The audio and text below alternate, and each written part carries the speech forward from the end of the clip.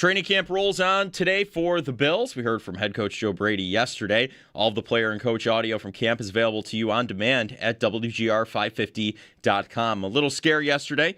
Dalton Kincaid was down for a moment during practice, but all seems well as of now. Feeling good. It's a family jewels shot, so yeah, knee is all good. It was a knee to the family jewels. Coverage of training camp on WGR presented by Fiegel Car and Joyce, your border attorneys. By Outlet Liquor when you need to stock up. It's the place to buy a case. What's your outlet? And by the Barnes Firm. Car crash? You've got to call the Barnes Firm. 1-800-8-million. Around the NFL. NFL Network's Ian Rappaport reports that Mike Evans' quad strain is, quote, very minor. Chiefs head coach Andy Reid said Xavier Worthy, he's dealing with a sprained shoulder. Should return to practice later this week. Reid also said Cyrus Allen, dealing with a shin injury, should return to practice later in the week as well. So both receivers looking fine, coming back soon. ESPN's John Keim reports Stephon Diggs remains a player of interest for the Commanders, and Kenny Pickett will start for the Panthers in Thursday's Hall of Fame game against the Cardinals. In baseball, some trades yesterday as the deadline is now passed. The Blue Jays, they traded away right-hand pitcher Kevin Gossman. The Yankees traded for first baseman Louis Garcia. And the Red Sox, they acquired three-time All-Star catcher Adley Rutschman. That's your Paddock Chevrolet Sports Update. Paddock Chevrolet with you for the extra mile since 1935. I'm Joe Cali for Western New York's Voice of the Fan, WGR.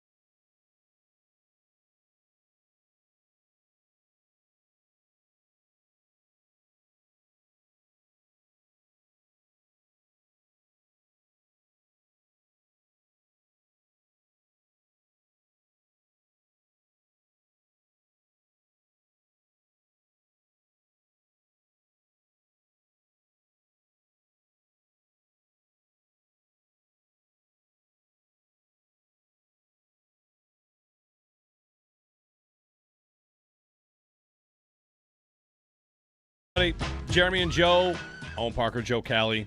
You open there about who's the best golfer. Should we give the crown to Owen right now?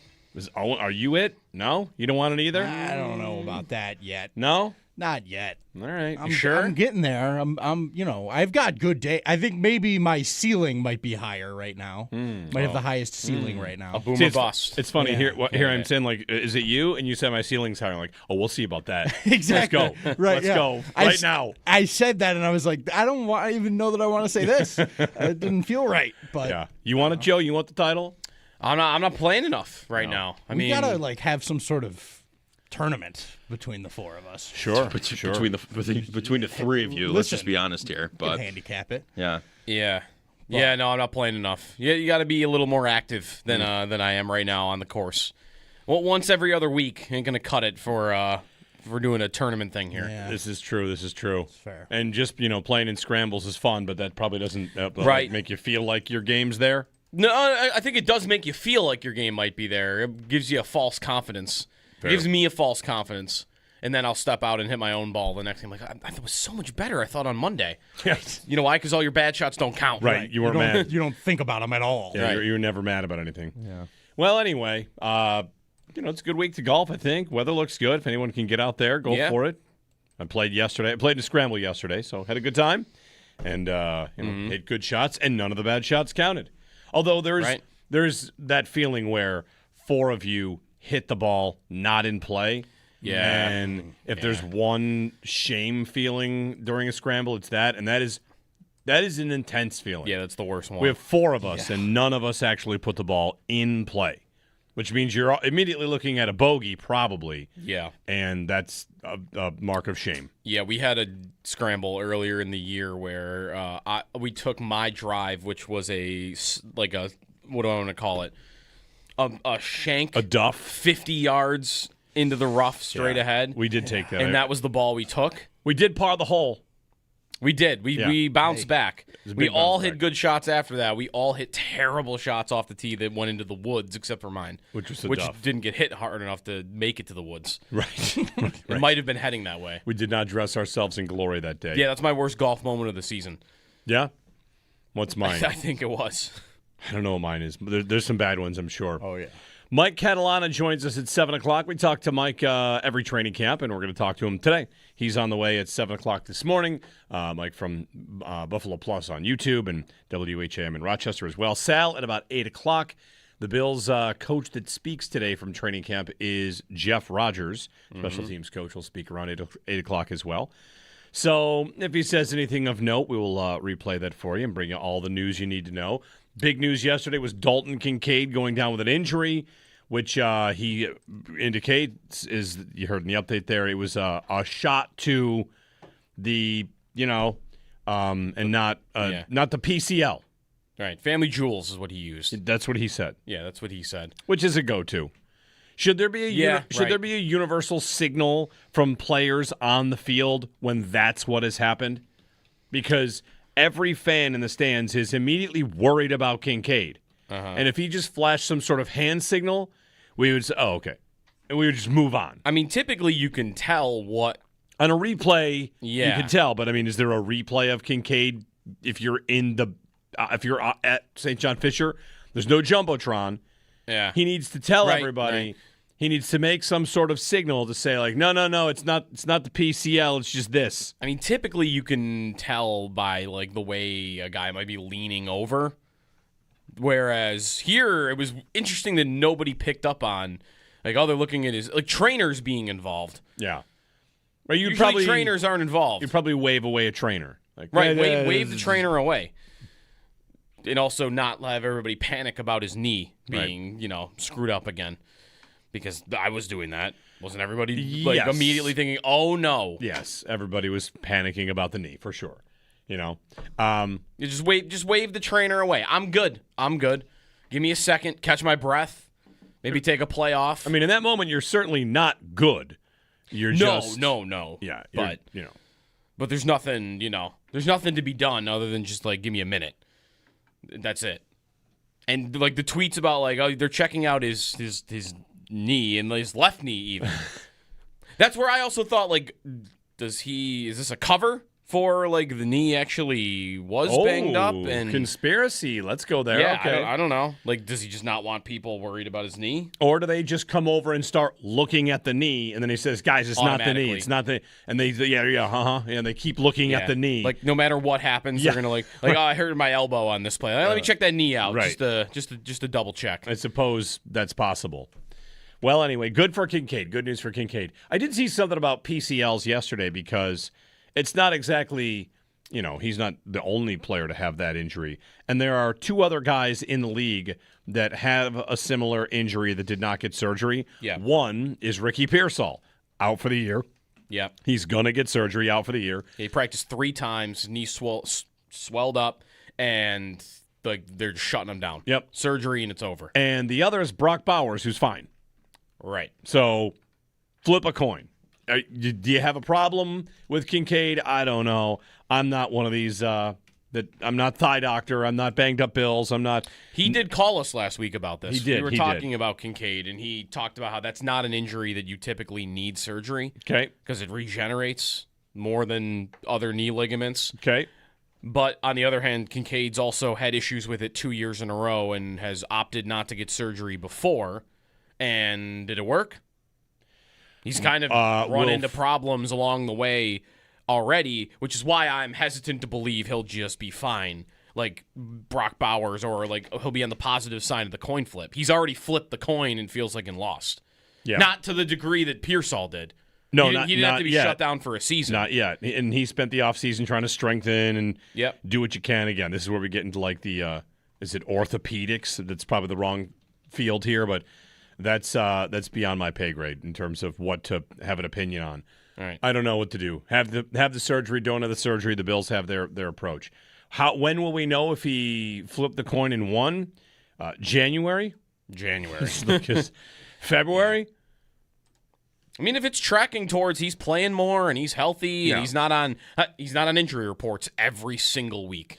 Like, if he's a player that we're not really thinking about it every time the injury report comes out, like, we got to see where Kincaid is. Should I treat him like we did Joey Bosa last year? Bosa, the Twitter poll I put up was 8 sacks and available for the postseason. Is that a home run?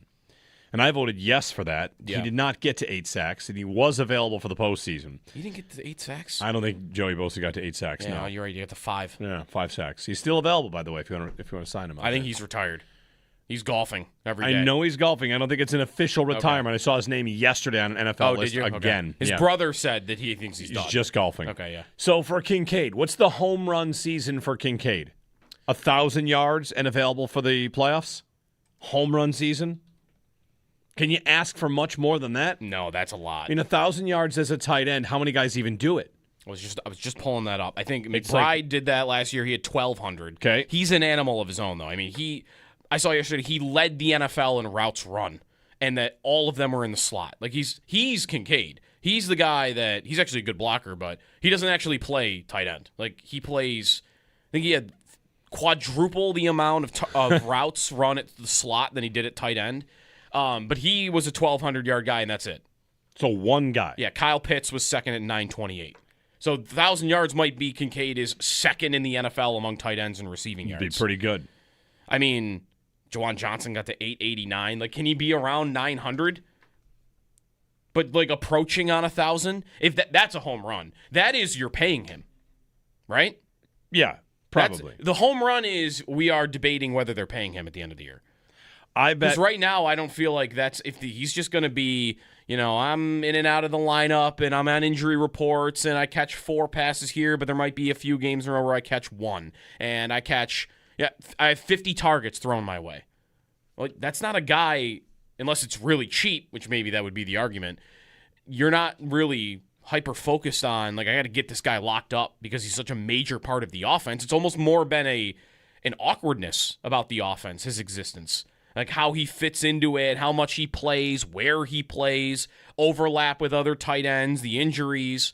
It's just kind of been a headache almost more than anything. He's been a good player, but it's hard to argue he makes a major impact on the offense when he can't crack 50 targets in a season. 50 targets, not receptions. These are tight ends out here that are getting 120. Yeah, double that in the reception category, not just the target category. So home run is just he can play the whole season, and we get a look at what his role would be in the offense, what they want it to be. Yeah. Hasn't his role been always baked into we got to protect him? Like, I want to see what the Bills want to do with him if they don't feel like we have to protect him. Is he a guy then that's playing 70, 80% of the snaps in all situations? Or if they didn't have injury concerns, would he just be playing the amount he does anyway? Yeah, you want to see the player they drafted him to be. Yeah, I want to see their true plan with him. Yeah. And I feel like the plan is always interrupted by, no, we have to do this instead because we're worried he's going to get hurt. That's a home run for Kincaid, and really a home run is that he's making big plays for you in the playoffs. Which he did this past postseason, right? He made a big play against Jacksonville in a game that they won on the road. Yeah. Had a touchdown in that game. Yeah, he had 111 yards and 2 touchdowns in the 2 games. Okay, that's decent. That's a contributor. Yeah, it's 55 yards a game. 803-0550, the number. Another way to say, like, what's a home run season for Kincaid, you would simply say a top 2 producer in the passing game, right? On this team. Yeah, top 2 on the team. Moore and Kincaid are like 1 and 2 in terms of what they do. And outside of that, like the numbers of it, they've got enough weapons. James Cook's getting a big glow up right now. Everyone thinks James Cook's about to have the season of seasons, and they're going to pass him the ball a lot. And we're talking about an offense that runs through James Cook again, maybe even more so. So there are a lot of mouths to feed. That doesn't have to ever really be a problem to have a lot of mouths to feed. Mm-hmm. You just have to find a quarterback that can feed him, and you've got one that can do that. Mm-hmm. And one thing I saw yesterday about all this, as we get to Kincaid and Cook and now DJ Moore, I saw Nick Wright, our old buddy Nick Wright, making the case that Josh Allen gets this level of protection where people say he's doing it by himself, and somewhere along the way we all agreed upon that, and it's kind of overblown. And I wonder how much we think that might be overblown. Because What's the genesis of it? I will agree on some level. I think the idea that Allen did it all by himself got overblown, but that was back in 21, 22, 23, really. He got this reputation for being 77% of their offense. Look at their total yards. And I thought that was overblown. And now we live in the spot where he's treated like he's the only thing they've got. Mm-hmm. And if you talk to a Bills fan, they're like, oh, they got a good offensive line, and James Cook just won the rushing title.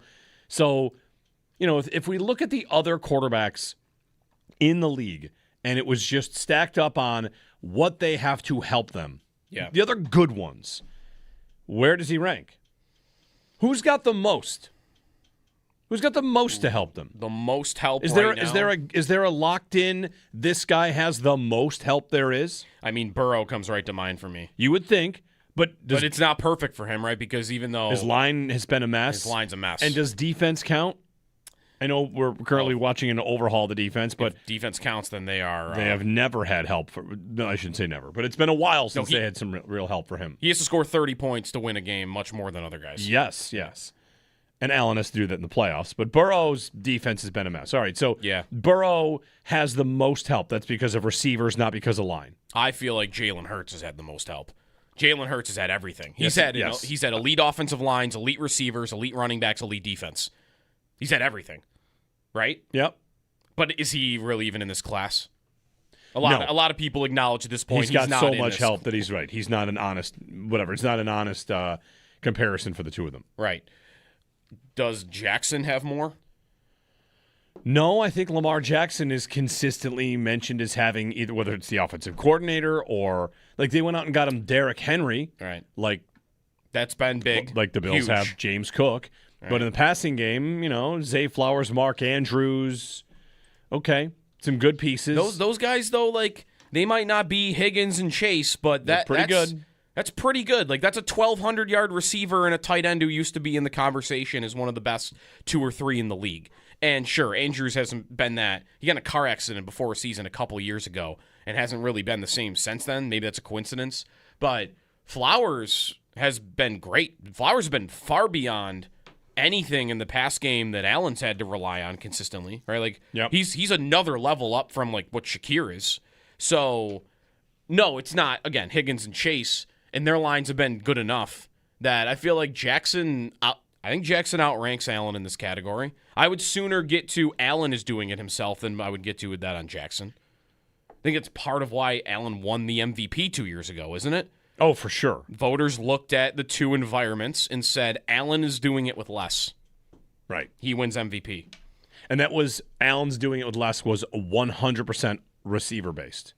Right, because I remember the line is good. I remember Mina Kimes pointing out, again, kind of fighting against this, that Allen is not doing it by himself. He has one of the 3 best offensive lines in football, and that's not anything to sneeze at. Like that does help you, but I don't know. Last year, is that true? Last year, look at all the sacks they took last year. I don't think the sacks were on the offensive line last year. We think it was on the receivers. We think it was on the receivers. We think it was on the quarterback. We think it was on the offense. Just the design. That is like one thing to watch this year. I mean, I do think you could make a reasonable case that he's doing it with less than all the other guys that are in his class, except for Mahomes. But Mahomes has seen a statistical drop. We saw a year last year where they were going to miss the playoffs. Yep, and their offense with him healthy has stopped scoring points at the elite level. Right, and you see the drop off. So, yeah, because Mahomes would be the other one. I'd say he doesn't have more there, right? No, and Mahomes of course gets buoyed and gets held up by having won in the past, which means that we have to pretend that you're still the same guy every single year, even if you have a down year. Right, even if it's not your fault. So anyway, I thought it was an interesting point from Nick Wright. I didn't necessarily disagree with it, but he's talking narrative, that there's so much about Allen not having help, and here we are ready to talk about this team having, well, on the offensive side, way more help for him than they've had in a long time. You might even, listen, by the time the season gets rolling, we'll decide this, but the last year of Diggs, who was the second best offensive player? Other than Allen and Diggs. Allen, Diggs, and then who's third? Gabe Davis? Like, we had this conversation for a bit, and Diggs and Kincaid play together for the year when Dorsey gets fired. Yeah. But they went through a year of the offense where it was Allen and Diggs and who? Right.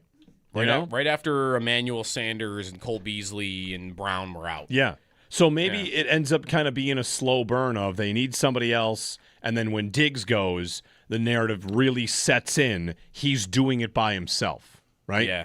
And well, that's what's fun. Like, this is kind of where this is what Kincaid was supposed to be, right? yeah, the answer. He was Kincaid supposed to be the next guy. He was supposed to be the matchup nightmare. Right. The matchup nightmare that when he's on the field, you have to decide, and then they're just going to eat you alive. Right. And when he's on the field, I do think they are a good team. But, yeah, at the core of this is your conversation, your point about if he is 100% healthy, what is his snap share? What does it look like? What is the usage? Mm-hmm. Does it look like what they drafted, or has that in itself evolved, 10 different times? Yeah, is it something closer to even what he was as a rookie? He was their second option as a rookie. Like, that's the Dorsey year, right? Like, where Dorsey wanted this and, like, we'll see how it goes. He was second on the team with 91 targets. He was way behind. Diggs was at 160. So there was a massive gulf between the two, but he was second on the team. And he played 63% of the snaps. Even that amongst tight ends, like the top tight ends in the league, is not high. But that's a guy who's on the field regularly. Like, you're on the field for almost two-thirds of the time, then I'm considering you a focal point, one of the focal points of the offense. And him not becoming reliable in that area, I think, is part of why you land on, Allen doesn't really feel like Allen has a lot of help. Mm-hmm. Because who he's throwing to in the last 3 years post-Diggs is such a mishmash of just guys thrown at the wall here. It's Marquez Valdez-Scantling. Like, it's just whatever we can find that might help him. And it's Keon Coleman, who also is basically flamed out to this point. But Kincaid, I think we know, is good. But it was when he was drafted, like, oh, this is our Kelsey. Maybe he's not as good as Kelsey, but this is our Travis Kelsey. And just, how's it gone? Just hasn't come to fruition at all because you can't count on him to play a full role. Yeah, it's left you wanting more. So, hey, he's healthy. He got kneed in the old midsection. Midsection. And that's another way to do it. Yeah, midsection. That's usually what they do on TV. I think really just debating what Allen has for help against other guys is how much you want to value the run game for that. That's it. How much does the run game count? Because I don't want to discount it at all. I just also don't feel like it is as important as having options when it's critical situations down the stretch. I mean, everything's about the playoffs, right? Yep. And the Bills have had the ball 3 times in a row in playoff games with a chance to win it. And how's your run game going to help you now? It's you can't. Like, you're not running. I mean, they try to run the ball, actually, in these situations. They do quite a bit. They do, yeah. Which is almost an annoyance. They burn downs. But these are the situations and the big games where you need to go outside your run game. And now it's, okay, who am I throwing to? And it's screens to Amari Cooper, and it's prayers down the field to guys who weren't on the team in November. Like, that's my last 2 seasons. Yeah. In the chat, in our YouTube chat, good morning, Bullpen chat. Everybody, how you doing? The point being raised, how was Drake May's supporting cast last year? And where was the conversation that he had nothing around him? He really didn't have much. He did not have a great offensive line. He did not have a great run game. He didn't have elite receivers. He had definitely okay receivers. He had Diggs as his best receiver. And Booty. And Kayshon Booty, who might be pushed down the depth chart for them this year. So, like, that's fine. That's not nothing, but it's not. If Allen had that, we would talk. Would it not get the reputation as having nothing? The offensive line, not good. Yeah. Holes in it. Yeah. No run game. Anyway, on this narrative, we'll play it coming back. Kay Adams was in town at training camp, and there's Deion Dawkins saying, now Allen has help, now that DJ Moore's arrived. Like, just to get to this point about how he needs more help, he needs help, he's doing it by himself. Here's his left tackle with Kay Adams basically saying, like, oh, yeah, now he doesn't have to do it all himself. So we'll play that clip for you. Get your thoughts on it. 803-0550. 1-888-550-2550. The countdown to the new stadium is continuing, and it strikes me, by the way, in the last 24 hours, that when we go to see the new stadium, we will also not see the old stadium because that thing is almost all the way down. There's rubble. Yeah. But I saw a tweet that last night was the last night that it was going to be standing at all. Yeah. That the remaining part of it, which I think is just what would you call it? The ribbon board that was behind, that was on the one end of the field where they had the two scoreboards. Yeah. Isn't that building staying? There's a building that is staying up. I don't think it's that. Okay. That's like where the names were, where like Kelly's name was and Thurman's name was. I was under the impression that building is staying up. Really? Yes. Interesting. I mean, it's up right now. Right. I mean, it could just be last though. That's what I thought. Right. They got to get all the stuff out of it. 803-0550. I saw section 336 came down recently. Maybe yesterday was 336. I've seen the video of all the light shows going on at the Giant Buffaloes, by the way. Yeah? I've not seen many of those. I saw someone shared a TikTok with me where it was literally like a light show, like bouncing back and forth, like lots of colors. Like it wasn't like one staying on it. I like it. Jeremy and Joe will get your thoughts in on this at 803-0550. Are you confident with the amount of help Josh Allen has this year? So I'll put up a Twitter poll about that. We'll get your thoughts. Mike Catalana at 7. Sal Capaccio checking in at 8. The Bills back to practice today again at 8:30. And we'll have you covered here on WGR.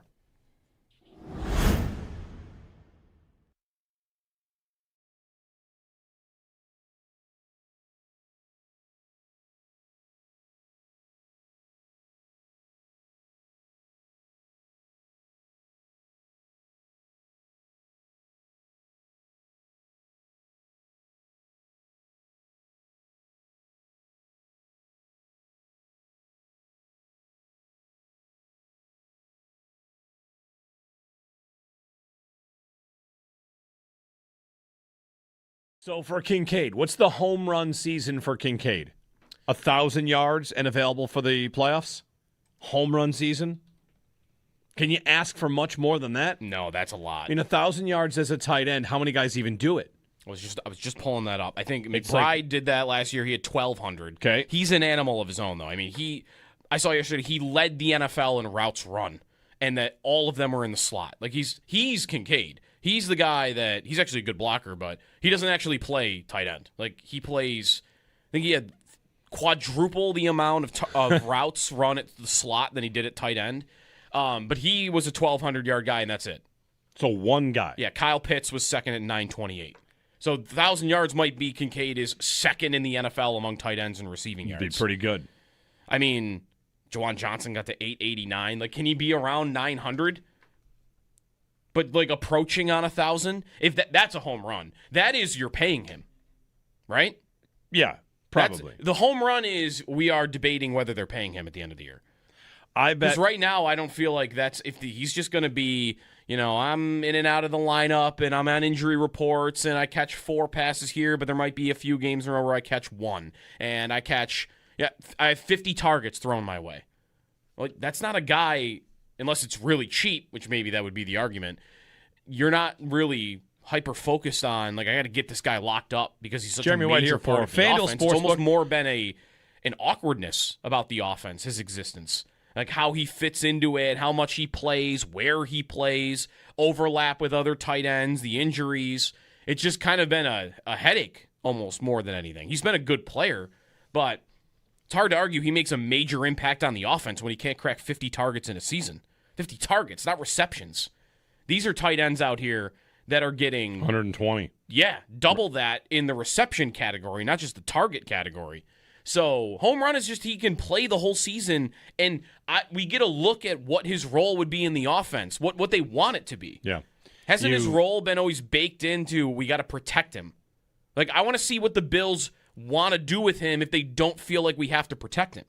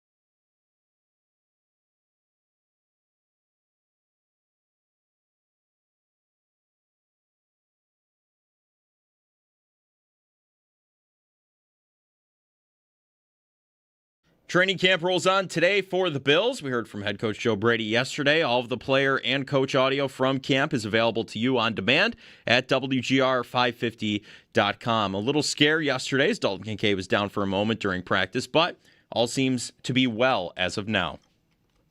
Feeling good. It's a family jewels shot, so yeah, knee is all good. It was a knee to the family jewels. Coverage of training camp on WGR presented by Fiegel Car and Joyce, your border attorneys, by Outlet Liquor. When you need to stock up, it's the place to buy a case. What's your outlet? And by the Barnes Firm. Car crash? You've got to call the Barnes Firm. 1-800-8-million.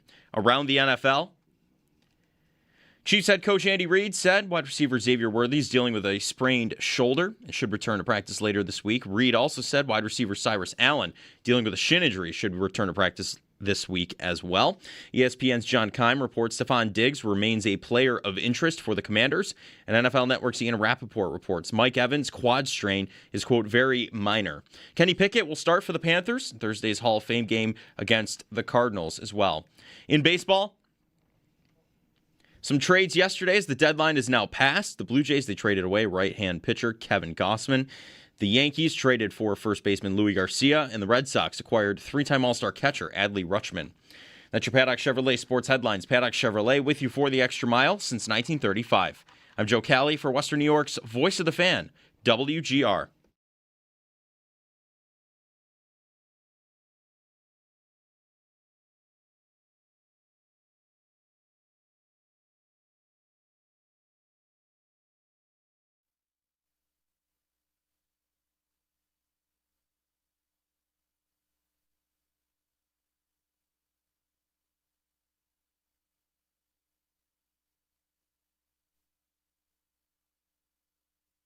What's he going to do for Josh? Get open. Get open. Help, right? He gets I don't open. want to see this Josh Superman Me neither. nonsense. Me It's neither. nonsense. Me neither. How It's does- not nonsense, Kay. What do you mean? But he doesn't have to put it all on his back. And when he has a player that he can depend on that's going to get open, he can toss the ball to, it's cool. And now he has somebody that's going to do that. And then also, I hate to say it, he actually just walked up, but even JP, Joshua Palmer is finally fully healthy, and now we can truly see what he is and why he's been brought here. If you've not watching camp, he's flying around, he's confident. Yeah. You know, last year he was hurt, he got hurt, you know, he couldn't fully and recover. Now he's flying around, beating guys deep, ball over top, scoring. And that is so beautiful to freaking see because I know how Josh does it, but Josh don't have to be, I'm going to put it all on my back. Now he can just let the ball go, let the ball fly. Deion Dawkins putting up a Twitter poll. I'm deciding to boil it down into this. Which DJ Moore outcome are you expecting? Choice 1, to the absolute moon. Mm-hmm. Choice 2, needed upgrade that helps. Mm-hmm. What's choice 3? There be 3, it doesn't work out, and then 4, he's washed? What do you want? You want 3 or you want 4? I'm still in the process of posting this thing. I'll bring you inside the process of these Twitter polls. 3 is... Those don't feel different enough to me. Oh, to the moon versus just a needed... No. They're like the... Oh, he's washed and it doesn't work out? He's washed and it doesn't work out.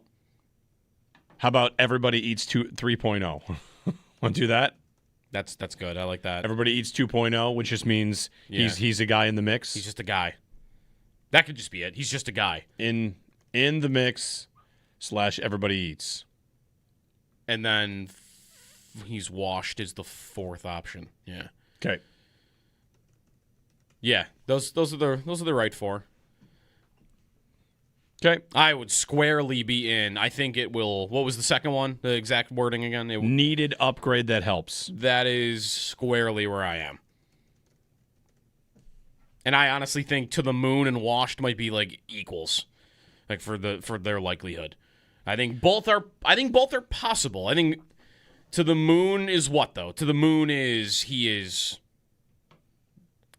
we're talking what? 150 targets. He's a true number 1 receiver. Really is what it is. Yeah. He's a guy other teams are game planning for. He is as close to Diggs as they've had since by a lot. And that he's a guy that's involved every game. There are not games off. Like he is going to be in that. That's what Diggs was. Like there were no games really where Diggs wasn't a part of it. Like it was rare. Right. And if DJ Moore becomes that to me is to the moon. if I were to rank these, I changed one word. So there's the poll. And give us a ring, 803-0550. Let us know what you are expecting. What's your outcome expectation for the DJ Moore for this year? Let's do this year alone. To the absolute moon, clear upgrade that helps. Needed upgrade. I went with clear. I'm changing it. Yep. Fewer letters also lets me fits it in better. Clear upgrade that helps. In the mix / everybody eats, which is kind of like what we've seen before, and he's on the field, right? Yeah. And then he's washed. If I were to tell you which one I think is the least likely, I think washed is the least likely. That could be coming for him because of receiver age curves, but I don't expect that at all. That would shock me. If he were completely washed, it's over. Was he going to get cut by the Bears anyway? Arguably, yes. But even if he was, let's take the Diggs route on this. We're talking about Diggs all the time. What was Diggs? Labeled as washed.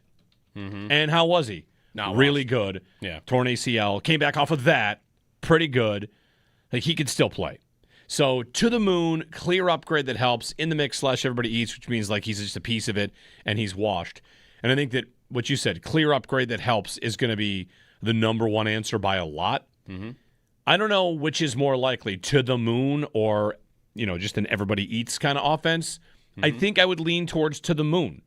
And that's just because what would Brandon Cooks have put up last year if he played 17 games with Josh Allen and got a training camp?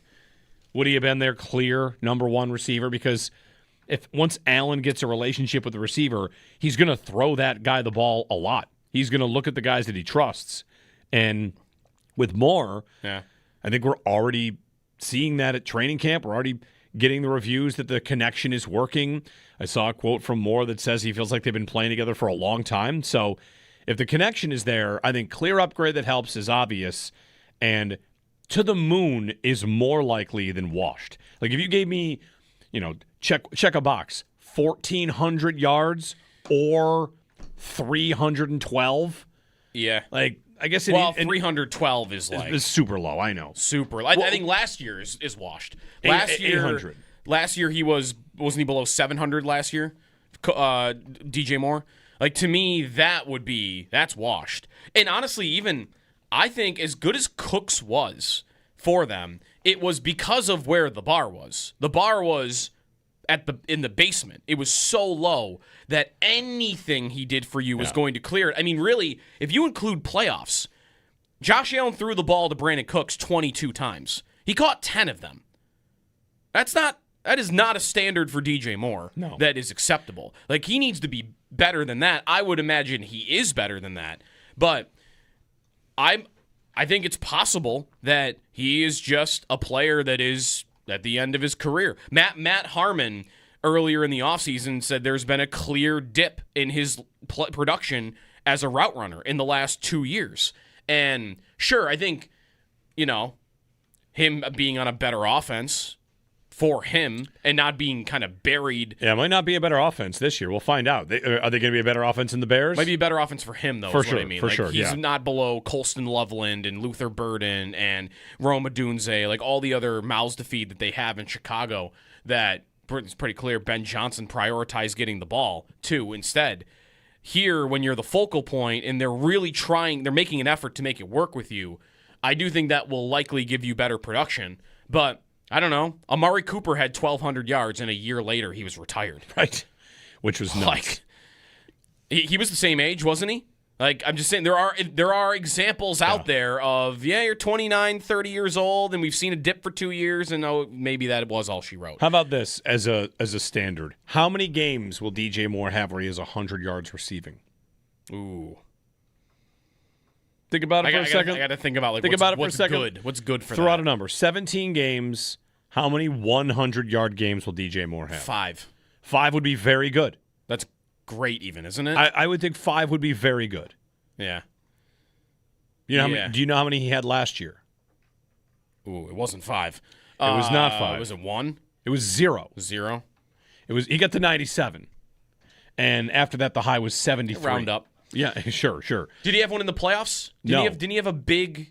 No. He didn't have a big playoff game? I thought. Well, he had a big playoff catch. He did. Against the Rams, he went 6 receptions on 7 targets for 64 and a touchdown. Okay. Yeah. I'm not sitting here saying stats or everything, so don't tell me I'm fantasy footballizing this. I'm just, if you're a great productive receiver, you have 100-yard games in your sleep, a couple.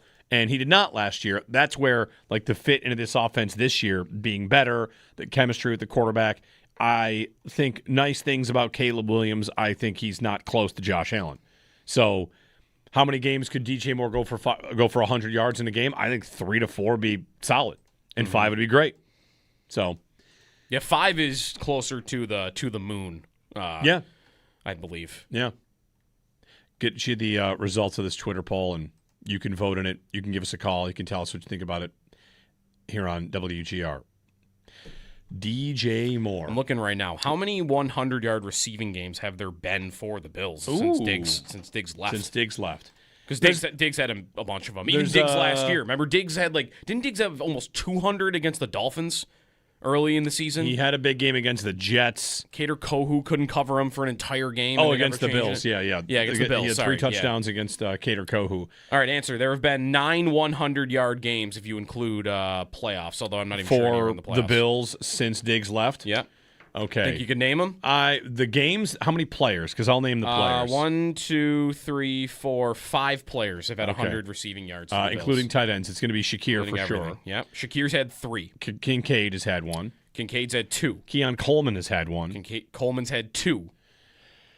Other than that, Coleman against the Titans in his rookie year, and then the Ravens last year. Yeah. Who else had a 100-yard game? Shakir all on the road. Rams, Seahawks, Texans. You said Kincaid. Kincaid, a game, the New England rivalry series game. Okay. And then when they beat the Chiefs last year, he had 101 yards. Did Dawson Knox have a 100-yard game in here? It's possible. Nope.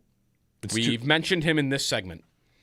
Cooks had 4 for 101 against the Eagles, where they lost on the. Didn't Allen miss a 2-point conversion? Yeah, he did. Yeah, to lose the game. And then there's one more. Did Mac Hollins have a 100-yard game? Nope. 5 for 5, 114 was the stat line. If I give you the game, I bet you get it. Okay. 2024 against the Lions. 48-42. Ty Johnson. Ty Johnson is the other name. Yeah. He had 100 receiving yards in a game. The Ty Johnson game. So really only 3 wide receivers, but 5 players. That's 9 total. If DJ Moore did half of that in a season, that's incredible. Yeah, it'd be great. 803-0550. 70% saying clear upgrade that helps. 17% to the absolute moon. You can vote there if you want. Mike Catalana of Buffalo Plus on YouTube and WHAM joining us at the top of the hour. Get his check-in from camp. Also want to talk about Tyler Bass at some point, because we're going to hear from Jeff Rogers, the special teams coach. And do the Bills have a kicker? I'm not sure anyone's seen Tyler Bass kick. Do they have a kicker? I think they kind of don't right now. Is this one of those things? I'm kidding, Joe Brady, so no offense here. Hey, I'm the offensive guy, but I love the defense. And somebody's going to be like, oh, coach, we got a kicker too. We're going to need a kicker. Oh, I haven't had to think about that before. What's Tyler Bass doing? He's not kicking, right?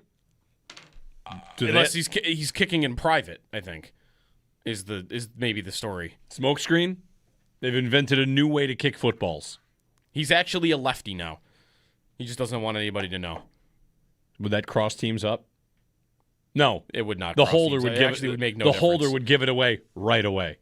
Hey, the holder's on the other side. Correct. Yeah. Right. All right. We'll get a break in. Jeremy and Joe here on WGR.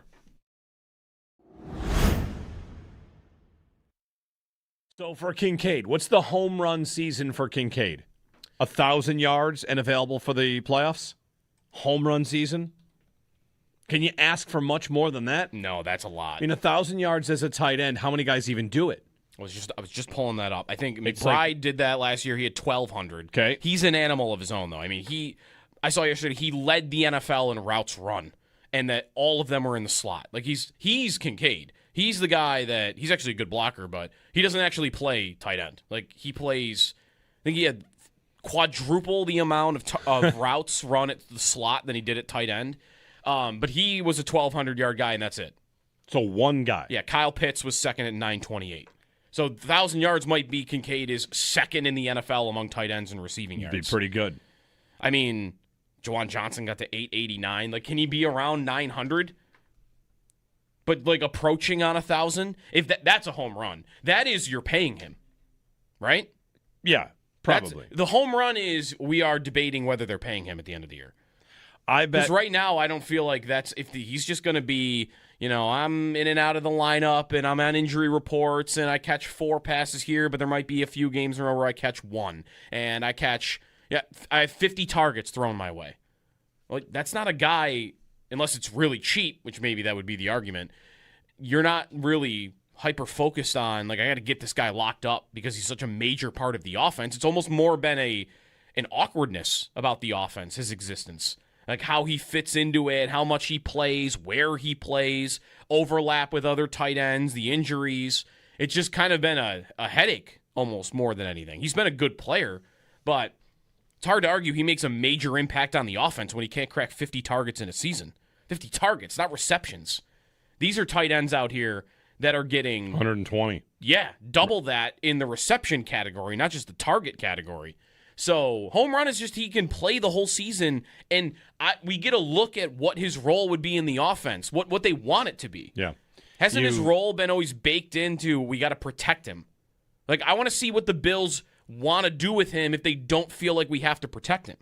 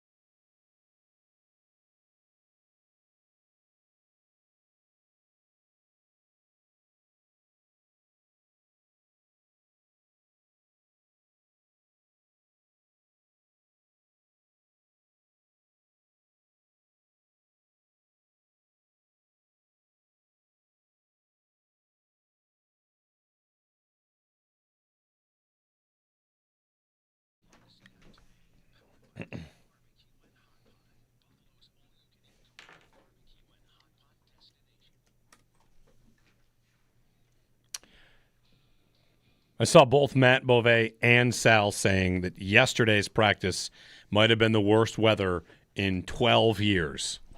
Just in Bills. general? Yes. Oh, for the Bills. And that more rain had fallen yesterday maybe than the previous 12 years combined. Of camp? Yes. Yeah, so wet. Can't Wet. catch a break. I mean, I'm willing to let it rain on Saturday, though. I would be okay with that, just to see how dry we end up being. Well, I mean, you're saying that from the standpoint of a under the canopy snob now. Yep. You want other people to get rained on. That you don't really want that, though, because you just want to see that you're not going to get rained on. People that spend a lot of money, like, I want to be down by the field. I want to get good seats in the new stadium. And then I'm up there, like, a little higher than all those people, and, like, I'm dry. I'm good. They know what You're all wet down there by the field. They know what they signed up for. No, I know. Yeah. I think it's supposed to be cloudy and dry on Saturday night, by the way. I believe is what that's looking like. Don't tell anyone what it feels like. Well, I mean, you could walk outside and feel like, what'd you feel this morning when you walked outside? Like, it's chilly. Fall-like. Yeah. I said chilly last week, and these guys put up a fight against that, and I feel like I want to put up a fight against it was chilly this morning. 50s. It was 59 degrees this morning. Yes. 50s is chilly. Didn't feel like it was that. Okay. Yeah. It's currently 59. It's going to be a high of 82. Like, the temperature swings get bigger, but walk outside today and you might, like, if you walk outside and, listen to somebody talk about football, you might feel like there's a game today and it's week 2. Like, it's a little chilly out there. Dew on the grass and such. Not that, like, dew is only reserved for August 4th. By the way, Saturday I'm now seeing scattered thunderstorms is what we're seeing for Orchard Park. Don't want that. No. I don't want to be at a practice where they have to pause practice. Looks like it'll be earlier in the day. Okay, for lightning clearance. That would screw up any tailgate plans, though, if you're trying to do that before, like I've thought about. And 12-mile-per-hour winds. I want to see the wind confusion in action. It's too bad that they didn't build a dome because then in Rochester it wouldn't have rained. No, sorry. That's obviously not true. Excited to get there. Saturday, the blue and red. Allen wearing a different colored helmet, probably. He wore a black and red one, I believe. A black helmet with the red standing buffalo was the last one he did. Should we be planning for traffic to get out of there to be worse than like a Sunday night football game? As people are in new parking lots, new patterns of like. How new is it from last year? Well, there's new lots. So. Yeah, but. There are how many new lots? Because the whole old stadium site is not yet parking. It's all rubble. That's right. But there are new lots out behind them. And listen, I don't know. I'm just fully prepared for the blue and red and the first couple games to be people figuring out their new normal. Yeah. Like where we tailgate, we are way closer to the stadium now in the same lot. Yeah. Does that mean more traffic? For you, that means more traffic. Maybe more foot traffic, which means more actual traffic, which, Mike Catalana, Buffalo Plus on YouTube and WHAM going to join us on the other side. Get his thoughts on how it's going for DJ Moore and how much the conversation about not enough help for Josh Allen. Can we put that to bed this year? Do you want to put it to bed going into the year? Jeremy and Joe on WGR.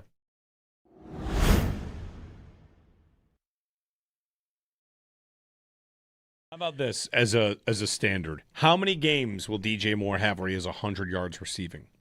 Ooh. Think about it for a second. I got to think about what's good. What's good for Throw out a number. 17 games. How many 100-yard games will DJ Moore have? 5. 5 would be very good. That's great even, isn't it? I would think 5 would be very good. Yeah. You know how many, do you know how many he had last year? Ooh, it wasn't 5. It was not 5. Was it 1? It was 0. 0? He got to 97. And after that, the high was 73. Round up. Yeah, sure. Did he have one in the playoffs? No. Didn't he have a big... No. He didn't have a big playoff game? I thought he had a big playoff catch. He did. Against the Rams, he went 6 receptions on 7 targets for 64 and a touchdown. Okay. Yeah. I'm not sitting here saying stats or everything, so don't tell me I'm fantasy footballizing this. I'm just, if you're a great productive receiver, you have 100-yard games in your sleep, a couple. And he did not last year. That's where, like, the fit into this offense this year being better, the chemistry with the quarterback. I think nice things about Caleb Williams. I think he's not close to Josh Allen. So, how many games could DJ Moore go for 100 yards in a game? I think 3 to 4 would be solid, and 5 would be great. So, yeah, 5 is closer to the moon. I believe.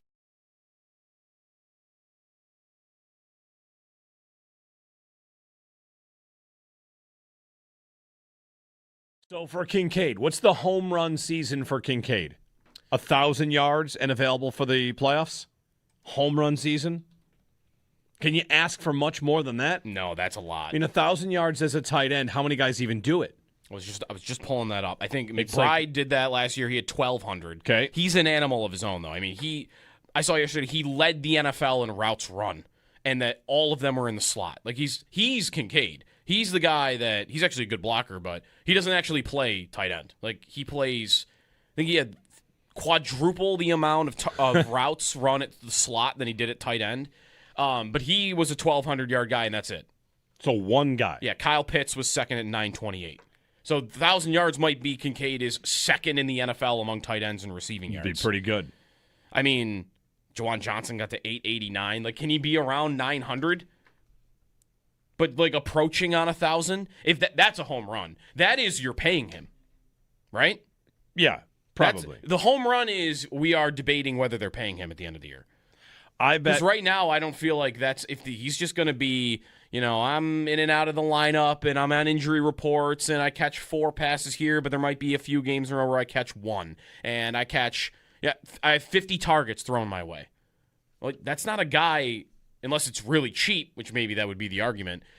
You're not really hyper focused on like I got to get this guy locked up because he's such a major part of the offense. It's almost more been an awkwardness about the offense, his existence. Like how he fits into it, how much he plays, where he plays, overlap with other tight ends, the injuries. It's just kind of been a headache almost more than anything. He's been a good player, but it's hard to argue he makes a major impact on the offense when he can't crack 50 targets in a season. 50 targets, not receptions. These are tight ends out here that are getting 120. Yeah, double that in the reception category, not just the target category. So home run is just he can play the whole season, and we get a look at what his role would be in the offense, what they want it to be. Yeah. Hasn't his role been always baked into we got to protect him?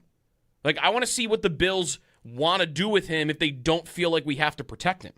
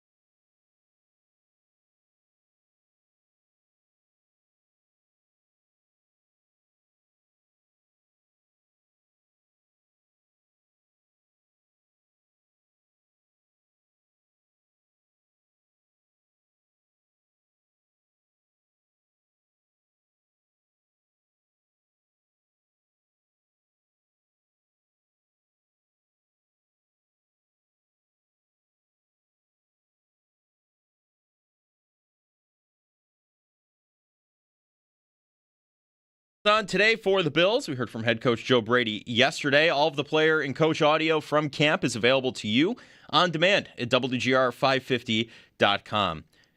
Little scare yesterday as Dalton Kincaid was down for a moment during practice, but all seems to be well as of now. Feeling good. It's a family jewels shot, so yeah, knee is all good. It was a knee to the family jewels. Coverage of training camp on WGR presented by Fiegel Car and Joyce, your border attorneys. By Outlet Liquor. When you need to stock up, it's the place to buy a case. What's your outlet? And by the Barnes Firm. Car crash? You've got to call the Barnes Firm. 1-800-8-million. Around the NFL. NFL Network's Ian Rappaport reports Mike Evans' quad strain is, quote, very minor.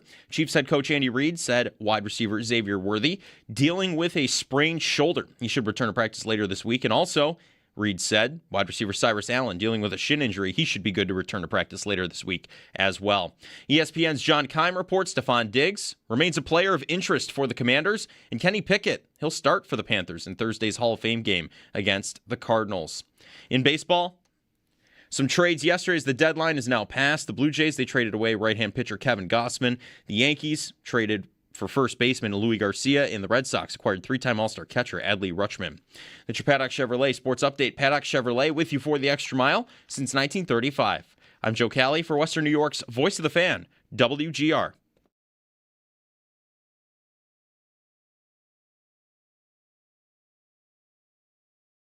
I've always been the Bills truth teller on the show. This idea that Josh Allen's been in this impossible situation where he just has to do it all on his own is just ahistorical. The Bills have been true contenders for the last 5 years. It's the best scoring defense in the league, and it's the only team in the whole league that has never had a scoring defense outside of the top 12. All right, what about weapons? 2023, you see a real drop-off, right? But luckily, 2023 is when James Cook got involved. James Cook, all right, his first year, 16th in rushing yards, but first in rushing touchdowns. And last year, he was the rushing champion. I don't know why we say a team that has the rushing champ and historically had great defenses in the last 2 years just had good defenses, that it's a one-man show for the quarterback. I don't think that's accurate. Our buddy Nick Wright. I've always been the Josh Allen truth teller on the show. I love the Bills beginning. truth teller. Been getting to that a little bit this morning, the idea of Josh's help. Are you satisfied with it? Talking about the DJ Moore connection. Bills back to the practice field at 8:30 this morning. Jeremy and Joe, good morning, everybody. It's beautiful outside. At least it is here. Mike Catalana joining us of WHAM in Buffalo. Plus, probably raining. Mike, is it raining? Is it raining? Is it scheduled to rain? Have you guys dried out at all? Yesterday was brutal. I'll tell you about that. Right now, it's a beautiful fall morning here in Pittsburgh. All right. It's what it feels like. Honestly, sun's coming out. It's cool, but I think it's supposed, one of those days it's supposed to heat up a little quicker. Yeah. Yesterday, the worst weather I've ever experienced. It's 25 camps for me here at Fisher. It was the worst day. I mean, we've had days when there's thunderstorms and then everybody leaves and we go in the gym with the team. I'm talking about, I thought last Wednesday was the worst. Yesterday was worse than that. It's the most rain already we've ever had at training camp. I think it's the worst. It's been the worst weather. Hopefully, these last few days we get some better stuff for the fans who've been troopers trying to hang out in it. It has not been pleasant. We of course make a tradition to talk to you at training camp. We're not in our usual pavilion, but of course talking to you. You've been there. All these camps. How about this, Mike? In years past, in rains like that, have teams, do they only go in when there's lightning, or have Bills teams under different coaches gone inside when the rain is that intense? I remember one time they either delayed practice. This is going back. I mean, God, there's so many of them. So many coaches. I think they either delayed practice, pushed it back in the afternoon. And if you remember, in the old days, pre-Sean McDermott, there was a variance in the times of practice. They'd have afternoon sessions. Rex was all over the map. Back with Greg Williams, they did a bunch of night sessions and all. So they might have altered the time based on the weather. But it was normally only thunder and lightning when they clear the fans out. And at least we haven't had that, so the fans have been able to stay. We're, of course, waiting for the camp stories to develop. Only 7 practices. Yeah. Maybe it's tougher to get, stories to come out in terms of what fans are following, what the talk is about. But so far, to this point, what to your eye has been the thing to watch at Bills camp? I think for most fans, honestly, it's kind of easy to say DJ Moore. And it has been because he's the new receiver. We joke about, even the defensive players joke about it. Everybody cheers. We were talking to Christian Benford. He's like, man, everybody cheers when the offense makes a play. I mean, that's natural, right? People want to see that. And when you go out there, you say, I want to see DJ Moore and Josh, and you just see it and see it. So that's where the comparisons to Diggs come about, right? Because they just find each other on the field. It's been a smooth thing. I think people are watching that. I think it's a little harder to pick up on what they're doing defensively. There's so many new guys. It hasn't been a physical, sense. I mean, they did put pads on for a while. So I think it's a little harder for fans to say, what am I seeing with this defense? But I think it's kind of simple to say, but it's Allen and Moore right now. How odd was it, the half pad day yesterday? Really odd. I've never seen that. Talked to Dawson Knox yesterday, and he did the explanation. I'm sure that's what they talked about, where guys are uncomfortable with the pads and all. I gotta say, I think it's kind of wild to go out there and then take 10 minutes to take the pads off. They have a reason. I think Joe's got, and the team has some reasons why they're doing certain things. At some point, you put the pads on. To me, maybe I would have done it. I just had the pads on in another sense and make sure they fit right. But you want to see a little more of that. And I don't know when the next day will be that they'll wear pads. I don't know. Maybe one other time here at camp before they go back to Orchard Park. So I talked to a bunch of people. I'd never seen that at a practice before, but hey, maybe they're setting a trend here. Maybe that's sort of take them off at halftime.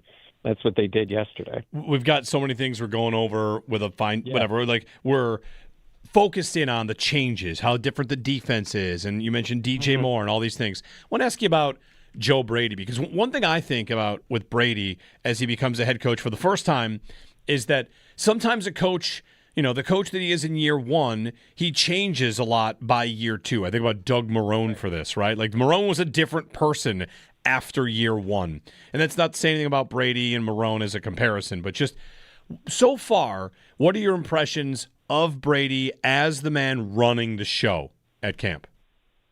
I like the way he has, and this will be a big word for a short amount of time, evolved a little bit.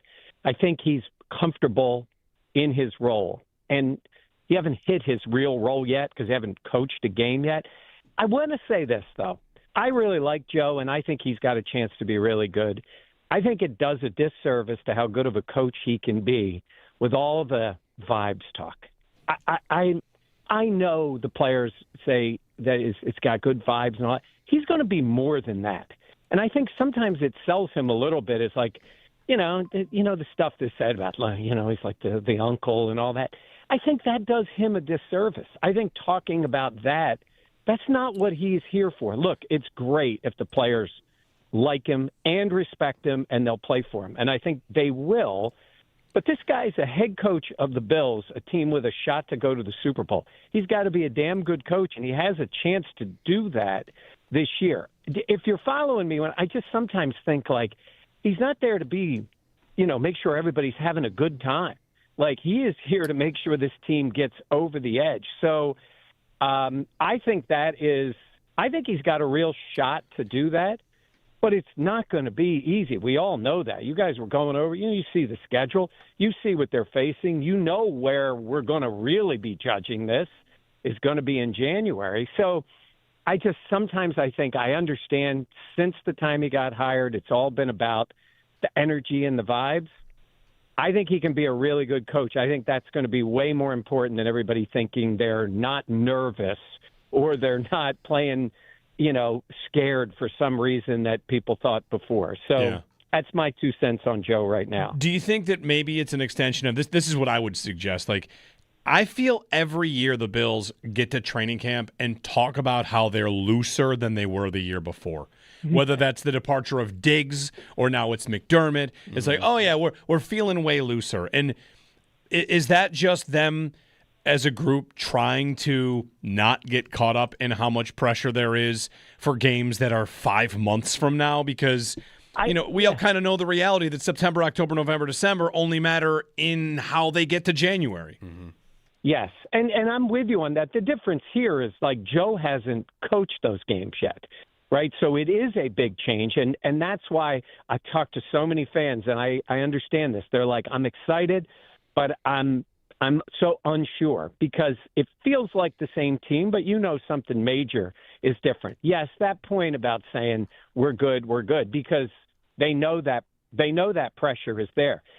This team's been unbelievable in this way. They have not really taken a step back, right, during this whole stretch. Everybody else has. They've gone higher than the Bills, obviously, like the Chiefs or other teams, but they haven't taken that step back. And it adds a little element of, we never go less than 11 wins, whatever it is. So that's out there, whether it's Joe or Sean McDermott. So that's out there for them. But I do agree there's a little bit of that. But in this case, Brady is trying to establish himself as the head coach and what he can do. And I know we're not going to see a lot of that until it's actually out on the field. I just think sometimes we've talked enough about it. It's like, okay, he's coaching the team. I think he pushed back a little bit of that because he's got a big job and there's a lot of big things coming up for him. Yeah. It reminds me of when I think it was Raheem Mostert earlier in the offseason talked about when Mike McDaniel first got to Miami and how laid back he was. And by the time a couple years later he realized he had to be something else, it was too late. And I feel like Brady's been the offensive coordinator. I guess it just depends how much that matters. How, if he wants to act a little differently or just feels the need to because he's now the head coach, how easy an adjustment that will be for him with the players. I mean, he hasn't really, I guess, worked with the defense in the same ways. But I guess that's kind of what he's pushing back against, right, is that he's just going to be laid back Joe Brady as the head coach? Yeah, and I don't think he's laid back. And guys can be themselves and enjoy being with the team. I would push back a little bit that they didn't do that before. I mean, I love Deion, and Deion's saying how he's different. Deion's Deion to me. These guys are who they are, and I think they acted the way they are. I think that would be the thing. There's going to be moments during a season where you got to, I was talking to somebody who played a lot in a high level, and he was like, you got to push these guys on a Thursday when no one feels like working. Like, it is a different thing as a season goes on. I think he's definitely got it in him. And I think atmosphere and all that stuff is fine, but it does come down to a little bit of discipline and work when you don't want to and work when you're hurt and all those things that he's got to get out of this team that I think he really has a chance to do. I just think it's more about how good of a coach he is than how much guys enjoy the music they're playing during practice. Mike Catalana with us. The other thing Joe Brady said this offseason is he's the best thing that'll ever happen to Keon Coleman. How do you think it's gone for Coleman through a few days of practice here? Keon looks good. He always looks good in this setting. That part he's established. He's established moments in this league. We all know what it is. We talked to Brandon Beane about it again. It's not only is it a big year for him to show them and prove what they're saying he can do, it's also a big year. I mean, obviously, it's year 3 for Keon on a 4-year deal, right? This is when they make the big decision on him, I think. It's when they've done with other people. So he's always going to look good in these settings. He's big. He's strong. He goes up and gets the ball. The fans, the kids love him. People cheer. He gets a huge cheer when he comes out on the field. He always looks good at camp, and he looks good again. It's a hurry up and wait kind of thing with Keon. To the defense, Mike, that's the bigger work in progress maybe. Bills fans are maybe feeling like Joe Brady's offense is kind of ready-made with an upgrade at wide receiver with DJ Moore and a lot of changes otherwise, or not massive changes. Defensively, huge changes, and we know our Ed Oliver, Michael Hoyt, and Cole Bishop are guys that people expect to make plays. Christian Benford.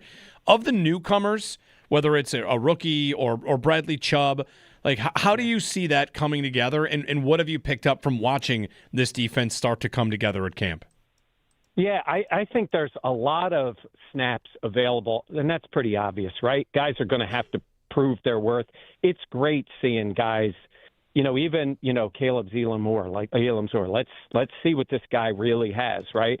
Let's see how Ed looks in real competition when they're on the line, because a lot of that stuff, you got to see some contact. I think we'll see it a little bit more as it goes on. I love the way Max Hairston has looked, and I know everybody's excited about IGB. He's a rookie coming in. He shows some stuff. He's a different kind of player. But I asked Jim Leonard about him the other day. He's like, this guy is a man corner, and he's going to show it. And to me, he's looked good out there. Let's see how it is, again, as the season goes on. He's totally healthy now, which is a big deal. And Jim Leonard, I liked the guy when he played here. I joked with him. I was in Green Bay with the team back years ago when Jim was a rookie. Okay, so I'm dating myself a lot here. And we're in Green Bay, and, all these Wisconsin fans are there. And I'm asking them, they're at Bills practice because they did a joint practice. And they were like, I said, are you here for Lee Evans? And they're like, oh, we love Lee, but we're here for Jim Leonard. And he was laughing. He was a rookie. He goes, you didn't know who I was. I said, I had absolutely no idea. He was an undrafted rookie.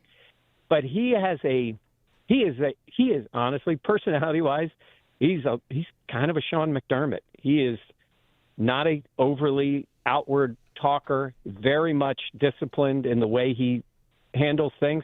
I think that's a good mix with Joe. I think the guy is going to be really good. But, as you know, this season doesn't wait, for what this defense is going to be. When you look at the beginning, after first, well, I'm not a Stroud guy, but Goff, Herbert, May, Stafford, then later Lamar, Mahomes, back to May, and Love. It's a big, big test for him, and I think he's up to it. It's just a matter of how quick he gets it done. Earlier this offseason, when he said it might take some time for the vision to fully come together, I appreciated that honesty. Do you feel like Bills fans should take that as deeply as they want to, that measure your expectations, because even the defensive coordinator kind of knows he's got work to do with the group that he's got, and it might take a little time to get to what his perfect idea is? Or do you think there is enough to say, I want some results early on? So I think on a Sunday afternoon, a 1 o'clock game at 3:30, fans will have zero patience, right? You know what that's like. You're watching it. Then even on Monday, you're mad. And then by Tuesday, you may say, okay, it's only week 2. This guy's going to get it together.